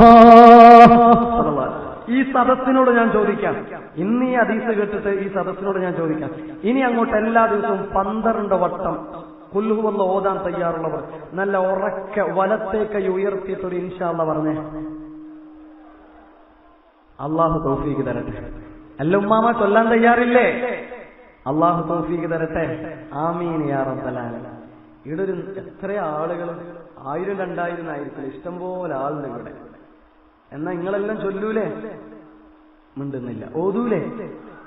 എന്നൊരു രഹസ്യം ഞാൻ പറഞ്ഞിർത്താ. നിങ്ങളെല്ലാം ഓതാണെങ്കിൽ നിങ്ങൾക്കെല്ലാം ഓതിയ 4 ഖത്മിന്റെ കൂലിയെ കിട്ടും. പക്ഷെ എനിക്കെത്രയാ കിട്ടാന്നറിയാം? നിങ്ങളെല്ലാവരും ഓതിയതിന്റെ കൂലി കിട്ടും. അപ്പൊ ഒരു 2000 ആൾ ഇവിടെ ഉണ്ടെങ്കിൽ ഒരാൾക്ക് 4 ഖത്തം. 2000 എത്ര ഖത്തായി? 8000 കണക്ക് തെറ്റിയാണ് പറയണ്ടേ. 8000 ഖത്തം ഓതിയതിന്റെ കൂലി ആർക്ക് കിട്ടും? എനിക്കും മടിക്കണ്ട. മറ്റുള്ള ആൾക്ക് കിട്ടുമ്പോ ഭയങ്കര അസുഖ. പറഞ്ഞാൾക്ക് കിട്ടും. അള്ളാഹു തൗഫീഖ് തരട്ടെ. അപ്പൊ ഖദീജ ചിന്തിക്കുന്നു, അങ്ങനെ ഓസിക്കടിക്കണ്ട, ഞാൻ ചൊല്ലൂല. നീ ഓതൂലെങ്കിൽ നിനക്ക് പോയി, ബാക്കിയുള്ള ആളുകൾ അള്ളാഹു തൗഫീഖ് തരട്ടെ. മാഷാ അല്ലാഹ്. ചൊല്ലൂലേ? ഇനി മരിക്കാൻ കിടക്കുന്ന അന്നത്തെ ദിവസവും ഇത് ചൊല്ലിത്തരണം. എന്നിട്ട് ചിന്തിക്കണം, പടച്ചോനെ, അന്ന് വയല് കേട്ട അന്നത്തെ ദിവസം മുതൽ ഞാൻ ഓതാൻ തുടങ്ങിയതാ, ഇന്ന് വരെ മുടങ്ങിയിട്ടില്ല. മാഷാ അല്ലാഹ്. എത്ര പ്രതിഫലമാ പരലോകത്ത് കാത്തു നിൽക്കുന്നതോ! ഓ, പ്രതിഫലം തരാൻ രാജാതിരാജനായ പടച്ചതമ്പുരാന് തയ്യാറാണ്. അല്ലാഹുവിന്റെ ഖജനാവ് വിശാലമാ. പിന്നെന്തിനാ മടി കാണിക്കുന്നത്? കൂട്ടരെ, നന്നായിട്ട് ഓദിക്കോ. ഇനി കേൾക്കണേ, അള്ളാഹുവിനോട് സ്നേഹമുണ്ടായി കഴിഞ്ഞാൽ സ്നേഹമുള്ളവർക്ക് 7 അടയാളങ്ങളാണ്. അതിൽ 5ാമത്തെ അടയാളമായിട്ട് പറയുന്നു, ഏകാന്തതയെ ഇഷ്ടപ്പെടുമെന്നോ. അള്ളാഹനെ സ്നേഹിക്കുന്നവരെ ഏകാന്തതയെ ഇഷ്ടപ്പെടുമെന്നോ. ഒന്ന് തനിച്ചിരിക്കാൻ, ഒന്നൊറ്റക്കിരിക്കാൻ അവർ വല്ലാതെ ആഗ്രഹിക്കും. അങ്ങനെ അള്ളാഹുവെ കടുക്കാനും അള്ളാഹുവിലേക്ക് ഇബാദത്തുകൾ കണ്ടെടുക്കാനും അവർ വല്ലാതെ ആഗ്രഹിക്കുന്നു. ഏകാന്തത ഇഷ്ടപ്പെടും. ഇതൊക്കെ വിശദീകരിച്ച് പറയേണ്ടതാണ്. സമയത്തിന്റെ പരിമിതി കൊണ്ട് അതിലേക്ക് കേടുന്നില്ല. അപ്പോ ഏകാന്തത ഇഷ്ടപ്പെടും, 5ാമത്തെ അടയാളം. 6ാമത്തെ അടയാളം, അള്ളാഹുവിനെ സ്നേഹിക്കുന്ന മുഅ്മിനീങ്ങൾക്ക് ഇബാദത്തുകൾ എളുപ്പമാകുമെന്ന്. ഇബാദത്തിനോട് മടി തോന്നൂല, ഇബാദത്തിനോട് അലസത തോന്നൂല. ബഹുമാനപ്പെട്ട CM മടവൂർ റളിയല്ലാഹു ചരിത്രം പറയുന്നുണ്ട്. CM മടവൂർ റളിയല്ലാഹു അൻഹു 2 റക്അത്ത് നിസ്കരിക്കുന്നു, ശേഷം വീണ്ടും നിസ്കരിച്ചുകൊണ്ടേയിരിക്കുന്നു. പക്ഷെ ഓരോ 2 റക്അത്ത് നിസ്കരിക്കുമ്പോഴും CM മടവൂർ പറയുമത്ര, ഇത് അവസാനത്തെ നിസ്കാരം, ഇത് കഴിഞ്ഞാൽ എന്റെ മറ്റു പണികളിലേക്ക് പോകാമെന്ന്. പക്ഷെ 2 റക്അത്ത് നിസ്കാരം കഴിഞ്ഞ് സലാം വീട്ടിക്കഴിഞ്ഞാൽ CM മടവൂർ വീണ്ടും പറയും, ഒരു 2 റക്അത്തും കൂടി എന്ന് പറഞ്ഞിട്ട് എത്ര നിസ്കരിച്ചാലും മതി വരാത്തവരാ മഹാനായ CM മടവൂർ. അങ്ങനെ എത്ര മഹാന്മാര്. അതുപോലെ 7ാമത്തെ അടയാളം പറയുന്നു, അല്ലാഹനെ സ്നേഹിക്കുന്നവരുടെ 7ാമത്തെ അടയാളം. ആ അടയാളം നമുക്കുള്ളത് കൊണ്ടാണ് ഇന്ന് നമ്മളിവിടെ സംഗമിച്ചിട്ടുള്ളത്. അഥവാ അല്ലാഹനെ സ്നേഹിക്കുന്നവരുടെ 7ാമത്തെ അടയാളം, അല്ലാഹനെ സ്നേഹിക്കുന്നവരെയും സ്നേഹിക്കുമെന്നാണ്. അല്ലാഹനോട് സ്നേഹമുള്ളവർ അല്ലാഹനെ സ്നേഹിക്കുന്നവരെയും സ്നേഹിക്കുമെന്നാണ്. ഇത് അല്ലാഹുവിന്റെ ഹബീബ് മുഹമ്മദ് മുസ്തഫ സല്ലല്ലാഹു അലൈഹി വസല്ലം തങ്ങൾ പഠിപ്പിച്ചിടുന്നതാണ്. ഇവിടെ മറപെട്ട കിടക്കുന്ന മഹാനുണ്ടല്ലോ, ആ മഹാനെ നമ്മൾ സ്നേഹിക്കുന്നത് എന്തിനു വേണ്ടിയാണ്? ആ മഹാന്റെ ചാരത്തേക്ക് വരുന്നത് എന്തിനു വേണ്ടിയാണ്? ആ മഹാൻ അല്ലാഹനെ സ്നേഹിച്ചവരാണ്. അല്ലാഹനെ സ്നേഹിച്ചവരെ നാമും സ്നേഹിക്കുകയാണ്. അങ്ങനെ അല്ലാഹനെ സ്നേഹിക്കുന്നവരുടെ സ്നേഹം നിന്നെ സ്വർഗത്തിലെത്തിക്കുമെന്ന് മുഹമ്മദ് മുസ്തഫ സല്ലല്ലാഹു അലൈഹി വസല്ലം തങ്ങൾ പറഞ്ഞിട്ടുണ്ടോ? ഒരു സ്വഹാബി വന്ന റസൂലുള്ളാഹിയോട് ചോദിക്കുകയാണ്, എന്നാണ് ഖിയാമത്ത് നാള്? എന്നാണ് ലോകം മുഴുവനും അവസാനിക്കുക? ഈ പ്രപഞ്ചാണ്ട മണ്ഡലങ്ങൾ മുഴുവനും തകർന്ന് പരിപ്പണമാകുന്ന ദിനമെന്നാണെന്ന് ചോദിച്ചപ്പോ ആ സ്വഹാബിയോട് റസൂലുള്ളാഹി തിരിച്ചു ചോദിക്കുകയാണ്, ആ ഖിയാമത്ത് നാളിന് വേണ്ടി നീ എന്താണ് തയ്യാറാക്കി വെച്ചിട്ടുള്ളത് എന്ന്. അന്നേരം ആ സ്വഹാബി പറയുകയാണ്, ഞാൻ ഒരുപാട് നിസ്കരിച്ചിട്ടൊന്നുമില്ല, ഞാൻ ഒരുപാട് നോമ്പെടുത്തിട്ടൊന്നുമില്ല, എങ്കിലും എന്റെ ഒരു ഗുണമുള്ളത് ഞാൻ അല്ലാഹുവിനെയും റസൂലിനെയും സ്നേഹിക്കുന്നവരാ. അന്നേരം റസൂലുള്ളാഹി പറയുകയാണെങ്കിൽ, സ്വഹാബി അൻത മഅമൻ അഹ്ബബ്ത, നീ ആരെയാണോ സ്നേഹിക്കുന്നതെങ്കിലോ അവരോട് കൂടെയാണ് നാളെ പരലോകത്തേക്ക് കടന്നു വരിക എന്ന് മുഹമ്മദ് മുസ്തഫ സ്വല്ലല്ലാഹു അലൈഹി വസല്ലമ തങ്ങൾ പറയുകയാണ്, റസൂലുള്ള പറഞ്ഞ ആ ഒരു വാചകമുണ്ടല്ലോ, ഒന്ന് ശ്രദ്ധിച്ചു കേൾക്ക്. അൻത മഅ മൻ അഹ്ബബ്ത. ഇനി എന്റെ കൂടെ ഒന്ന് പറയോ, റസൂലുള്ള പറഞ്ഞ വാചകമാണ് അൻത മഅ മൻ അഹ്ബബ്ത. ഒന്നൊരുമിച്ച് പറ, അൻത മഅ മൻ അഹ്ബബ്ത. നീ ആരെയാണോ സ്നേഹിച്ചതെങ്കിലോ അവരോട് കൂടെയാ. പരലോകത്ത് നാം അവരുടെ കൂടെയാണ്. ഔലിയാക്കളെ സ്നേഹിക്കുന്നവരുണ്ടല്ലോ, അവർ അല്ലാഹുവിനെ സ്നേഹിച്ചവരാണല്ലോ ഔലിയാക്കന്മാർ. അല്ലാഹുവിനെ സ്നേഹിച്ചവരെ നീ സ്നേഹിച്ചു കഴിഞ്ഞാൽ നാളെ അവരുടെ കൂടെ നിനക്ക് പരലോകത്തേക്ക് വരാമെന്നാണ്. അത് അല്ലാഹുവിനോട് സ്നേഹമുള്ളതിന്റെ ഏഴാമത്തെ അടയാളമായി പണ്ഡിതന്മാര് പഠിപ്പിക്കുകയാ. അതുകൊണ്ട് ഞാൻ എന്റെ വിഷയം അവസാനിപ്പിക്കുന്ന നേരത്ത് അവസാനമായി പറയുകയാണ്, അല്ലാഹുവിനെ സ്നേഹിക്കുന്നവരെയും സ്നേഹിക്കൂ. സ്വന്തമായ ഇബാദത്തുകൾ മാത്രമല്ല, അല്ലാഹുവിനെ സ്നേഹിക്കുന്നവരെയും സ്നേഹിക്കാനുമുള്ള വിശാലമായ മനസ്സ് നമുക്കുണ്ടാവണേ. അല്ലാഹു അതിന് തൗഫീഖ് തരുമാറാകട്ടെ. അല്ലാഹുവേ, നിന്നെ സ്നേഹിക്കുന്നവരെ സ്നേഹിക്കാൻ ഞങ്ങൾക്ക് നീ ഭാഗ്യം തരണയല്ലോ. ഇവിടെ മറപെട്ട് കിടക്കുന്ന മഹാനെ ഞങ്ങൾ സ്നേഹിക്കുന്നുണ്ടോ? അത് നിന്നോടുള്ള സ്നേഹം കൊണ്ടാണ് റബ്ബേ. ആ സ്നേഹം നാളെ സ്വർഗം കിട്ടാനുള്ള കാരണമാക്കി തീർക്കണയല്ലോ. ആമീൻ യാ റബ്ബൽ ആലമീൻ. ആ സ്നേഹം നമ്മുടെ മനസ്സിലുണ്ടെങ്കിൽ ഈ അവസാന നേരത്ത് നിങ്ങളോടൊരു സംഭാവനയുടെ സ്വതക്കയുടെ ഒരു കാര്യം ചോദിക്കുകയാണ്. ഈ കഴിഞ്ഞ ദിവസങ്ങളിലൊക്കെ നിങ്ങൾ സംഭാവന നൽകിയിട്ടുണ്ട്. എങ്കിലും ഈ സദസ്സിൽ ഒരുപാട് ആളുകളുണ്ട്. ഒരു 313 രൂപ നമ്മുടെ ഈ പരിപാടിക്ക് വേണ്ടി സ്വതക്ക നൽകാൻ തയ്യാറാവുക. അല്ലാഹു തആല സ്വീകരിക്കട്ടെ. വലിയ തുകയൊന്നും ഞാൻ പറഞ്ഞിട്ടില്ല. വലിയ പ്രഭാഷണവും പിരിവും ഒക്കെ കഴിഞ്ഞ ഒരു സദസ്സാണ്. അതുകൊണ്ട് തന്നെ ഒരു 313 രൂപ പറയാൻ, അത് ഈ മഹാന്മാരുടെ പൊരുത്തവും അല്ലാഹു സ്വീകരിക്കട്ടെ. ഒരു സഹോദരനോട്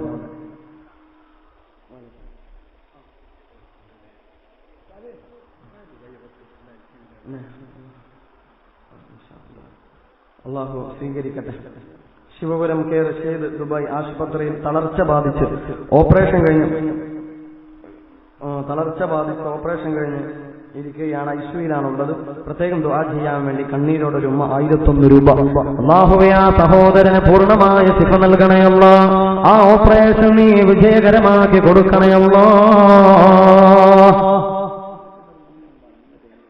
350 രൂപ മുഹമ്മദ് എന്ന കുഞ്ഞുമോൻ ഇവിടെ കൊണ്ടുവന്നിരിക്കുകയാണ്. എന്തുദ്ദേശത്തിലാണോ അത് കൊടുത്തതെങ്കിൽ കൊടുത്തയച്ചതെങ്കിൽ അല്ലാഹു ആ ഉദ്ദേശങ്ങൾ പൂർത്തീകരിച്ചു കൊടുക്കുമാറാകട്ടെ. അതുപോലെ 313 പറഞ്ഞൊരു സഹോദരൻ അല്ലാഹു സ്വീകരിക്കട്ടെ. അതുപോലെ മറ്റൊരു സഹോദരൻ അവിടെ 313 രൂപ. ഇത് വലിയ തുകയല്ല, ചെറിയ തുക പറയാൻ കാരണം വലിയ പിരിവുകളൊക്കെ ഇവിടെ കഴിഞ്ഞുപോയി. ഇവരെ ഒന്ന് നടന്നോട്ടെ.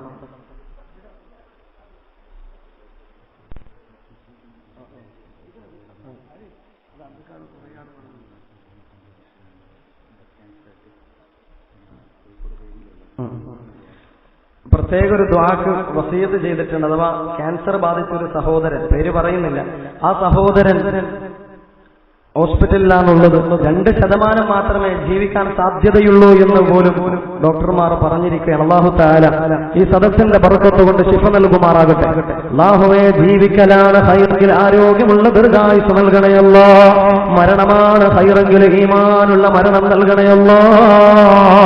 മാരകമായ രോഗങ്ങളിൽ നിന്ന് ഞങ്ങൾക്ക് നീ കാവൽ തരണയല്ലോ. രോഗികളായി കിടക്കേണ്ടി വരുന്ന അവസ്ഥയെ തൊട്ട് കാവൽ തരണയല്ലോ.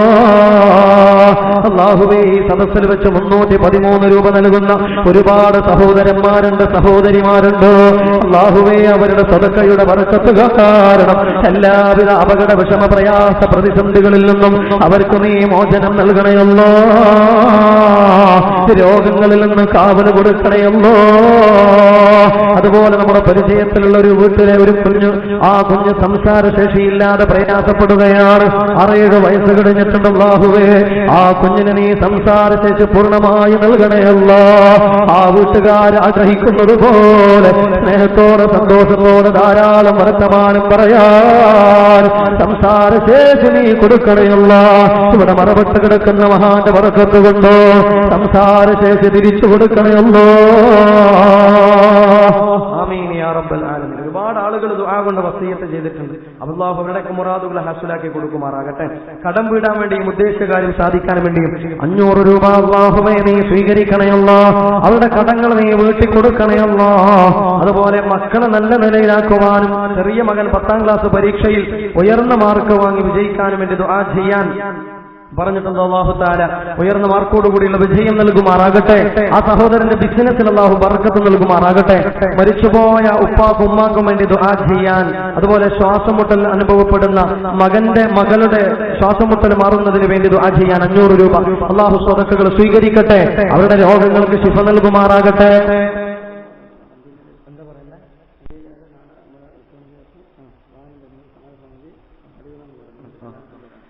അതുപോലെ നാളെ ഹർത്താലാണ്, ബന്ദാണെന്ന് എല്ലാവർക്കും അറിയാം. എന്നാൽ നാളെ ഇവിടെ 8 മണിക്ക് ശേഷം ഇവിടെ വാഹനം വരുന്നതിൽ ഇതിന്റെ സമരസമിതി തടയുകയില്ല എന്ന ഒരു ഉറപ്പ് സംഘാടകർക്ക് നൽകിയിട്ടുണ്ട്. അതുകൊണ്ട് വാഹനമില്ല എങ്ങനെ വരാ എന്ന് ബുദ്ധിമുട്ട് കരുതിയിട്ട് ആരും വരാതിരിക്കരുത്.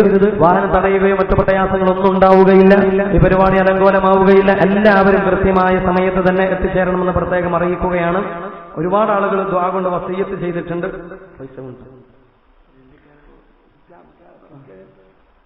മരിച്ച മാതാപിതാക്കൾക്കും മക്കളുടെ ജോലിയിൽ ബർക്കത്തിനും സ്വന്തമായൊരു വീടിനും രോഗശമനത്തിനും വേണ്ടി ദുആ ചെയ്യാൻ സ്വതക്കകൾ നൽകിയിട്ടുണ്ട്. അല്ലാഹു തആല സ്വതക്കയുടെ ബർക്കത്ത് കൊണ്ട് അവരുടെ മുറാദുകൾ ഹാസിലാക്കി കൊടുക്കുമാറാകട്ടെ. അതുപോലെ ഒരുപാട് ആളുകൾ, എന്റെ പ്രിയപ്പെട്ട സഹോദരിമാര്, ഒരു 313 രൂപയാണ് നിങ്ങളോട് നമ്മുടെ ഇതിനു വേണ്ടി സ്വതക്ക നൽകാൻ വേണ്ടി ആവശ്യപ്പെട്ടത്. സ്ത്രീ വളണ്ടിയേഴ്സ് നിങ്ങളുടെ അടുത്തുണ്ടാകും. അവരുടെ കയ്യിൽ നിങ്ങൾ അല്ലെങ്കിൽ ഇന്നല്ലെങ്കിൽ പിന്നീട് ഏൽപ്പിച്ചാൽ മതി. ആ പേര് പറഞ്ഞു കൊടുക്കാൻ ഇൻഷാ അല്ലാഹ് നമുക്ക് ദുആ ചെയ്തിട്ട് പിരിയാം. അദ്ദേഹത്തിന്റെ ഉമ്മാക്ക് വേണ്ടി ദുആ ചെയ്യാൻ വേണ്ടി പറഞ്ഞിട്ടുണ്ട്. അല്ലാഹു തആല ആ ഉമ്മാക്ക് ജീവിച്ചിരിക്കുന്നവരാണെങ്കിൽ ആരോഗ്യമുള്ള ദീർഘായുസ്സ് പ്രദാനം ചെയ്യുമാറാകട്ടെ. എന്തുദ്ദേശത്തിലാണോ ആ ബംഗാളി സഹോദരൻ എന്തുദ്ദേശത്തിലാണോ ദുആരക്കാൻ വേണ്ടി പറഞ്ഞതെങ്കിൽ ആ ഉദ്ദേശം അല്ലാഹു പൂർത്തീകരിച്ചു കൊടുക്കുമാറാകട്ടെ. അതുപോലെ തന്നെ ഇതിന്റെ സംഘാടകർ ദിവസങ്ങളോളം കഠിനാധ്വാനം ചെയ്യുകയാണ്. അല്ലാഹു തആല അവരുടെ ഈ കർമ്മങ്ങളെ അല്ലാഹു സ്വീകരിക്കട്ടെ. ആമീൻ യാ റബ്ബൽ ആലമീൻ. എല്ലാവരും നന്നായിട്ട് സ്വതക്ക ചെയ്യുക. എല്ലാവരും എഴുന്നേറ്റ് നിൽക്കുക. ഇവിടെ മറവിട്ട് കിടക്കുന്ന മഹാന്റെ ഹദറത്തിലേക്ക് ഒരു ഫാത്തിഹ ഓതിയിട്ട് നമുക്ക് ദുആ ചെയ്ത് പിരിയാം. ഇവിടെ മറവിട്ട് കിടക്കുന്ന മഹാന്മാർ, അതുപോലെ നമ്മോട് വിട പറഞ്ഞു പോയ നമ്മുടെ ഉപ്പ, നമ്മുടെ ഉമ്മ, അതുപോലെ നമ്മുടെ മശായിഖന്മാർ, നമ്മോട് വിട പറഞ്ഞു പോയ ഉസ്താദുമാർ, അവരുടെയൊക്കെ ഹദറത്തിലേക്ക് ഒരു ഫാത്തിഹ ഓതണം. അൽ ഫാത്തിഹ. അഊദു ബില്ലാഹി മിനശ് ശൈത്വാനിർ റജീം. ബിസ്മില്ലാഹിർ റഹ്മാനിർ റഹീം. അൽഹംദുലില്ലാഹി റബ്ബിൽ ആലമീൻ. إياك نعبد وإياك نستعين اهدنا الصراط المستقيم صراط الذين أنعمت عليهم غير المغضوب عليهم ولا الضالين آمين. ഒരുപാട് ആളുകൾ ദുആ കൊണ്ട് വസിയത്ത് ചെയ്തിട്ടുണ്ട്. 1000ഉം 500ഉം അതുപോലെ സാക്ക് സിമന്റുകളും അതുപോലെ ഒരുപാട് പൈസ സ്വതക്ക നൽകിയിട്ട് ഒരുപാട് ആളുകൾ എഴുതിയ കടലാസാണ് ഈ കയ്യിലുള്ളത്. അല്ലാഹു തആല ഇതൊക്കെ വായിക്കാൻ ഒരുപാട് സമയമെടുക്കും, അതുകൊണ്ട് വായിക്കുന്നില്ല. എല്ലാം അറിയുന്ന റബ്ബ് ആ എഴുതിയവരുടെ മുറാദ് അല്ലാഹു ഹാസിലാക്കി കൊടുക്കുമാറാകട്ടെ. അല്ലാഹുവേ അവരുടെ സ്വതക്കകൾ നീ സ്വീകരിക്കണേ അല്ലാഹ്. ആ സ്വതക്കകളുടെ ബർക്കത്ത് കൊണ്ട് അവരുടെ മനസ്സിലുള്ള മുറാദുകൾ നീ ഹാസിലാക്കണേ അല്ലാഹ്. الحمد لله رب العالمين. اللهم صل على سيدنا محمد وعلى آل سيدنا ومولانا محمد. റഹ്മാനും റഹീമുമായ അല്ലാഹുവേ, ഞങ്ങൾ ഇവിടെ ചൊല്ലിയതിനെയും ഓതിയതിനെയും നീ സ്വീകരിക്കണേ അല്ലാഹ്.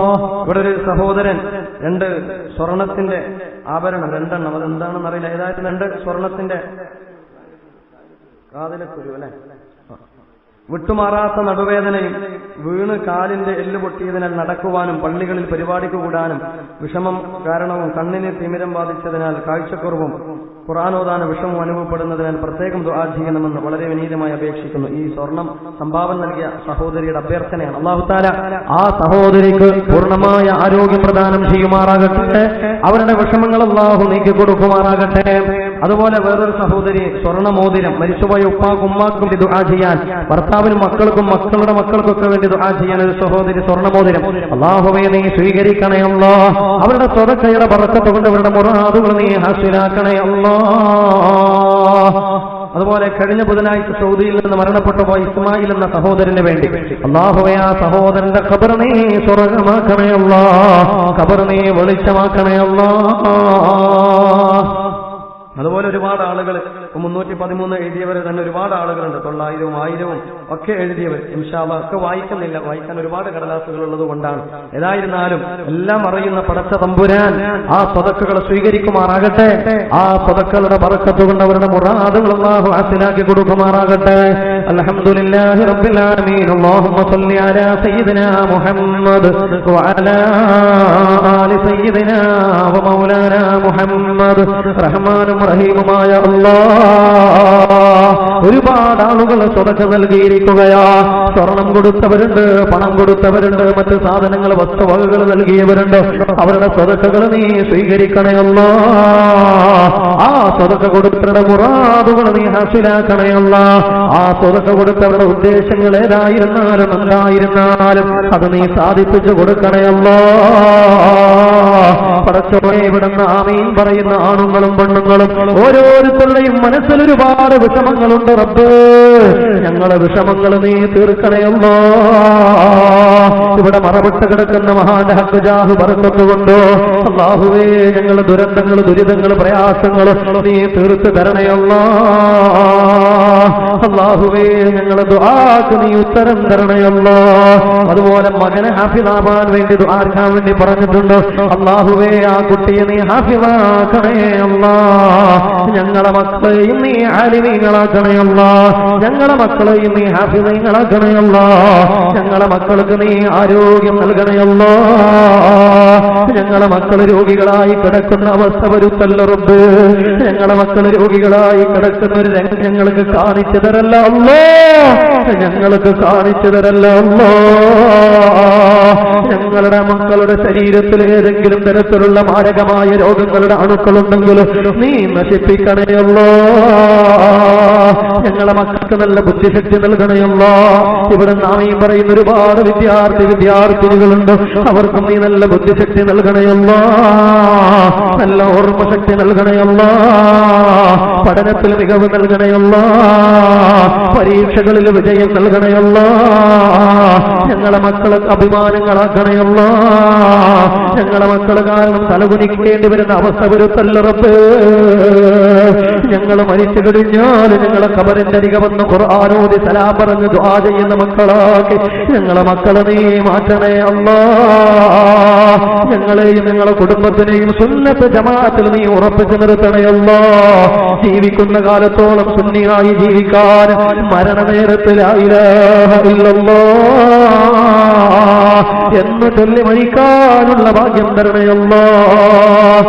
അല്ലാഹുവേ മഹാനായ മുഹമ്മദ് മുസ്തഫ, മുഹമ്മദ് മുജ്തബ, മുഹമ്മദ് മുർത്തള സല്ലല്ലാഹു അലൈഹി വസല്ലമ തങ്ങളെ കയ്യിൽ നിന്ന് ഹൗദുൽ കൗസർ വാങ്ങി കുടിക്കാൻ ഞങ്ങൾക്ക് നീ ഭാഗ്യം തരണേ അല്ലാഹ്. ആ പുന്നാര നബി തങ്ങളോടുള്ള സ്നേഹം ഞങ്ങളെ കൽബിൽ വർദ്ധിപ്പിക്കണേ അല്ലാഹ്. റസൂലുള്ളാഹിനെ സ്നേഹിക്കുന്നവരുടെ കൂട്ടത്തിൽ ഞങ്ങളെ ഉൾപ്പെടുത്തണേ അല്ലാഹ്. റസൂലുള്ളാഹിനെ ചീത്ത വിളിക്കുന്നവരുടെ കൂട്ടത്തിൽ ഞങ്ങളെ ഉൾപ്പെടുത്തല്ല അല്ലാഹ്. റസൂലുള്ളാഹിനെ തെറി പറയുന്നവരുടെ കൂട്ടത്തിൽ ഞങ്ങളെ ഉൾപ്പെടുത്തല്ല അല്ലാഹ്. റസൂലുള്ള സാധാരണക്കാരനിൽ സാധാരണക്കാരനാണെന്ന് പറഞ്ഞിട്ട് ചെറുതാക്കുന്നവരുടെ കൂട്ടത്തിൽ ഞങ്ങളെ നീ ഉൾപ്പെടുത്തല്ല അല്ലാഹ്.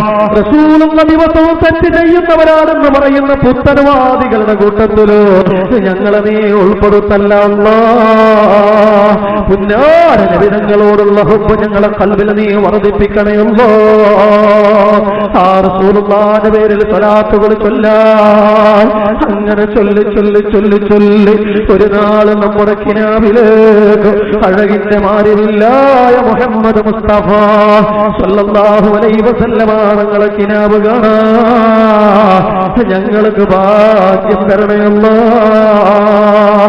പടച്ചോനെ ഞങ്ങൾ ആഖിറം നന്നാക്കണേ അല്ലാ, ഞങ്ങളെ ആഖിറം നന്നാക്കണേ അല്ലാ, ഞങ്ങളെ ഖൽബ് നന്നാക്കണേ അല്ലാ, ഞങ്ങളെ മനസ്സ് നന്നാക്കണേ അല്ലാ, ഞങ്ങളെ പ്രവർത്തനം നന്നാക്കണേ അല്ലാ, ഞങ്ങളെ ജോലികളിൽ അഭിവൃദ്ധി നൽകണേ അല്ലാ, ഞങ്ങളെ വീടുകളിൽ ബർക്കത്ത് നൽകണേ അല്ലാ, ഞങ്ങളെ കുടുംബത്തിൽ സമാധാനം നൽകണേ അല്ലാ, ഞങ്ങളെ ദാമ്പത്യത്തിൽ സന്തോഷം നൽകണേ അല്ലാ.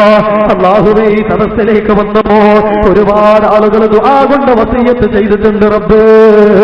അവരുടെ മുറാദുകൾ അറിയുന്ന നാഥാ, ആ മുറാദുകൾ നീ ഹാസിലാക്കണേ അല്ലാ. ഞങ്ങളെ ഹലാലായ മുറാദുകൾ ഹാസിലാക്കണേ അല്ലാ. ഞങ്ങളെ ബോറാക്കല്ല അല്ലാ. മറ്റുള്ളവരുടെ മുന്നിൽ തലകുനിക്കേണ്ടി വരുന്ന അവസ്ഥ വരുത്തല്ല റബ്ബേ. ഇസ്സത്ത് തരണേ അല്ലാ, അഭിമാനം തരണേ അല്ലാ, അഭിവൃദ്ധി തരണേ അല്ലാ, സമ്പൽ സമൃദ്ധി തരണേ അല്ലാ, ആരോഗ്യം തരണേ അല്ലാ. അല്ലാഹുവേ, നിന്റെ പള്ളിക്ക് വേണ്ടി സഹായിക്കുന്നവരോ ഈ ഖബർസ്ഥാനി അതുപോലെ ഇവിടെ മറപെട്ട് കിടക്കുന്ന ആ മഹാന്റെ ദർഗയുടെ പണി പൂർത്തീകരിക്കാൻ ആരൊക്കെയാണോ ഇതിനെ സാമ്പത്തികമായി സഹായിച്ചതെങ്കിലോ അവരെ നീ സഹായിക്കണേ അല്ലാ. ഈ നാടിന്റെ നന്മയ്ക്ക് വേണ്ടി പ്രവർത്തിക്കുന്ന കമ്മിറ്റി ഭാരവാഹികൾ അവർക്ക് നീ അർഹമായ പ്രതിഫലം നൽകണയല്ലാ. ഒരു 5 രൂപ പോലും ശമ്പളം വാങ്ങാതെ നിന്റെ ദീനിന് വേണ്ടി പ്രവർത്തിക്കുന്നവരാ, അവരുടെ ഈ പ്രവർത്തനത്തെ നീ സ്വീകരിക്കണയല്ലോ, സ്വർഗം കിട്ടാനുള്ള കാരണമാക്കണയല്ലോ. പടച്ചോനെ, ദുആ ചെയ്തവന് പാപിയാണെങ്കിലും അത് കാരണം ഞങ്ങൾ ദുആനെ തട്ടിമാറ്റല്ല റബ്ബേ. ഞാൻ പാപിയാണെങ്കിലും ഇവിടുന്ന് ആമീൻ പറഞ്ഞ പല മുഅ്മിനീങ്ങളും അവരുടെ ആമീനിന്റെ ബർക്കത്ത് കൊണ്ട് ദുആ സ്വീകരിക്കണേ അല്ലാ. അല്ലാഹുവേ, ഇന്ന് ഇവിടെ വന്നപ്പോൾ ഭക്ഷണം നൽകിയ വീടുണ്ട് റബ്ബേ, ആ വീട്ടിൽ നീ ബർക്കത്ത് നൽകണേ അല്ലാ. ആ ഭക്ഷണം പാകം ചെയ്തു തന്ന ഉമ്മപങ്ങന്മാർക്ക് ആരോഗ്യമുള്ള ദീർഘായുസ്സ് പ്രദാനം ചെയ്യണേ അല്ലാ. അവരുടെ കുട്ടിക്ക് നീ നന്നാക്കണേ അല്ലാ. അല്ലാഹുവേ, ഞങ്ങളുടെ മക്കളെയും നന്നാക്കണേ അല്ലാ. റബ്ബനാ ആതിനാ ഫിദ്ദുനിയാ ഹസന വഫിൽ ആഖിറതി ഹസനതൻ വഖിനാ അദാബന്നാർ. ആമീൻ ബിറഹ്മതിക യാ അർഹമർ റഹീമീൻ. ബിഫദ്ലി സല്ലല്ലാഹു അലാ മുഹമ്മദ് സല്ലല്ലാഹു അലൈഹി വസല്ലം. സല്ലല്ലാഹു അലാ മുഹമ്മദ് സല്ലല്ലാഹു അലൈഹി വസല്ലം. اللهم صل على محمد يا رب صل عليه وسلم. ആണുങ്ങളൊക്കെ ഒന്ന് മുസാഫത്ത് ചെയ്ത് കൈപിടിച്ച് സലാം പറഞ്ഞ് എന്തെങ്കിലും സ്വതക്ക ഉണ്ടെങ്കിൽ അത് നൽകി നമുക്ക് പിരിയാം.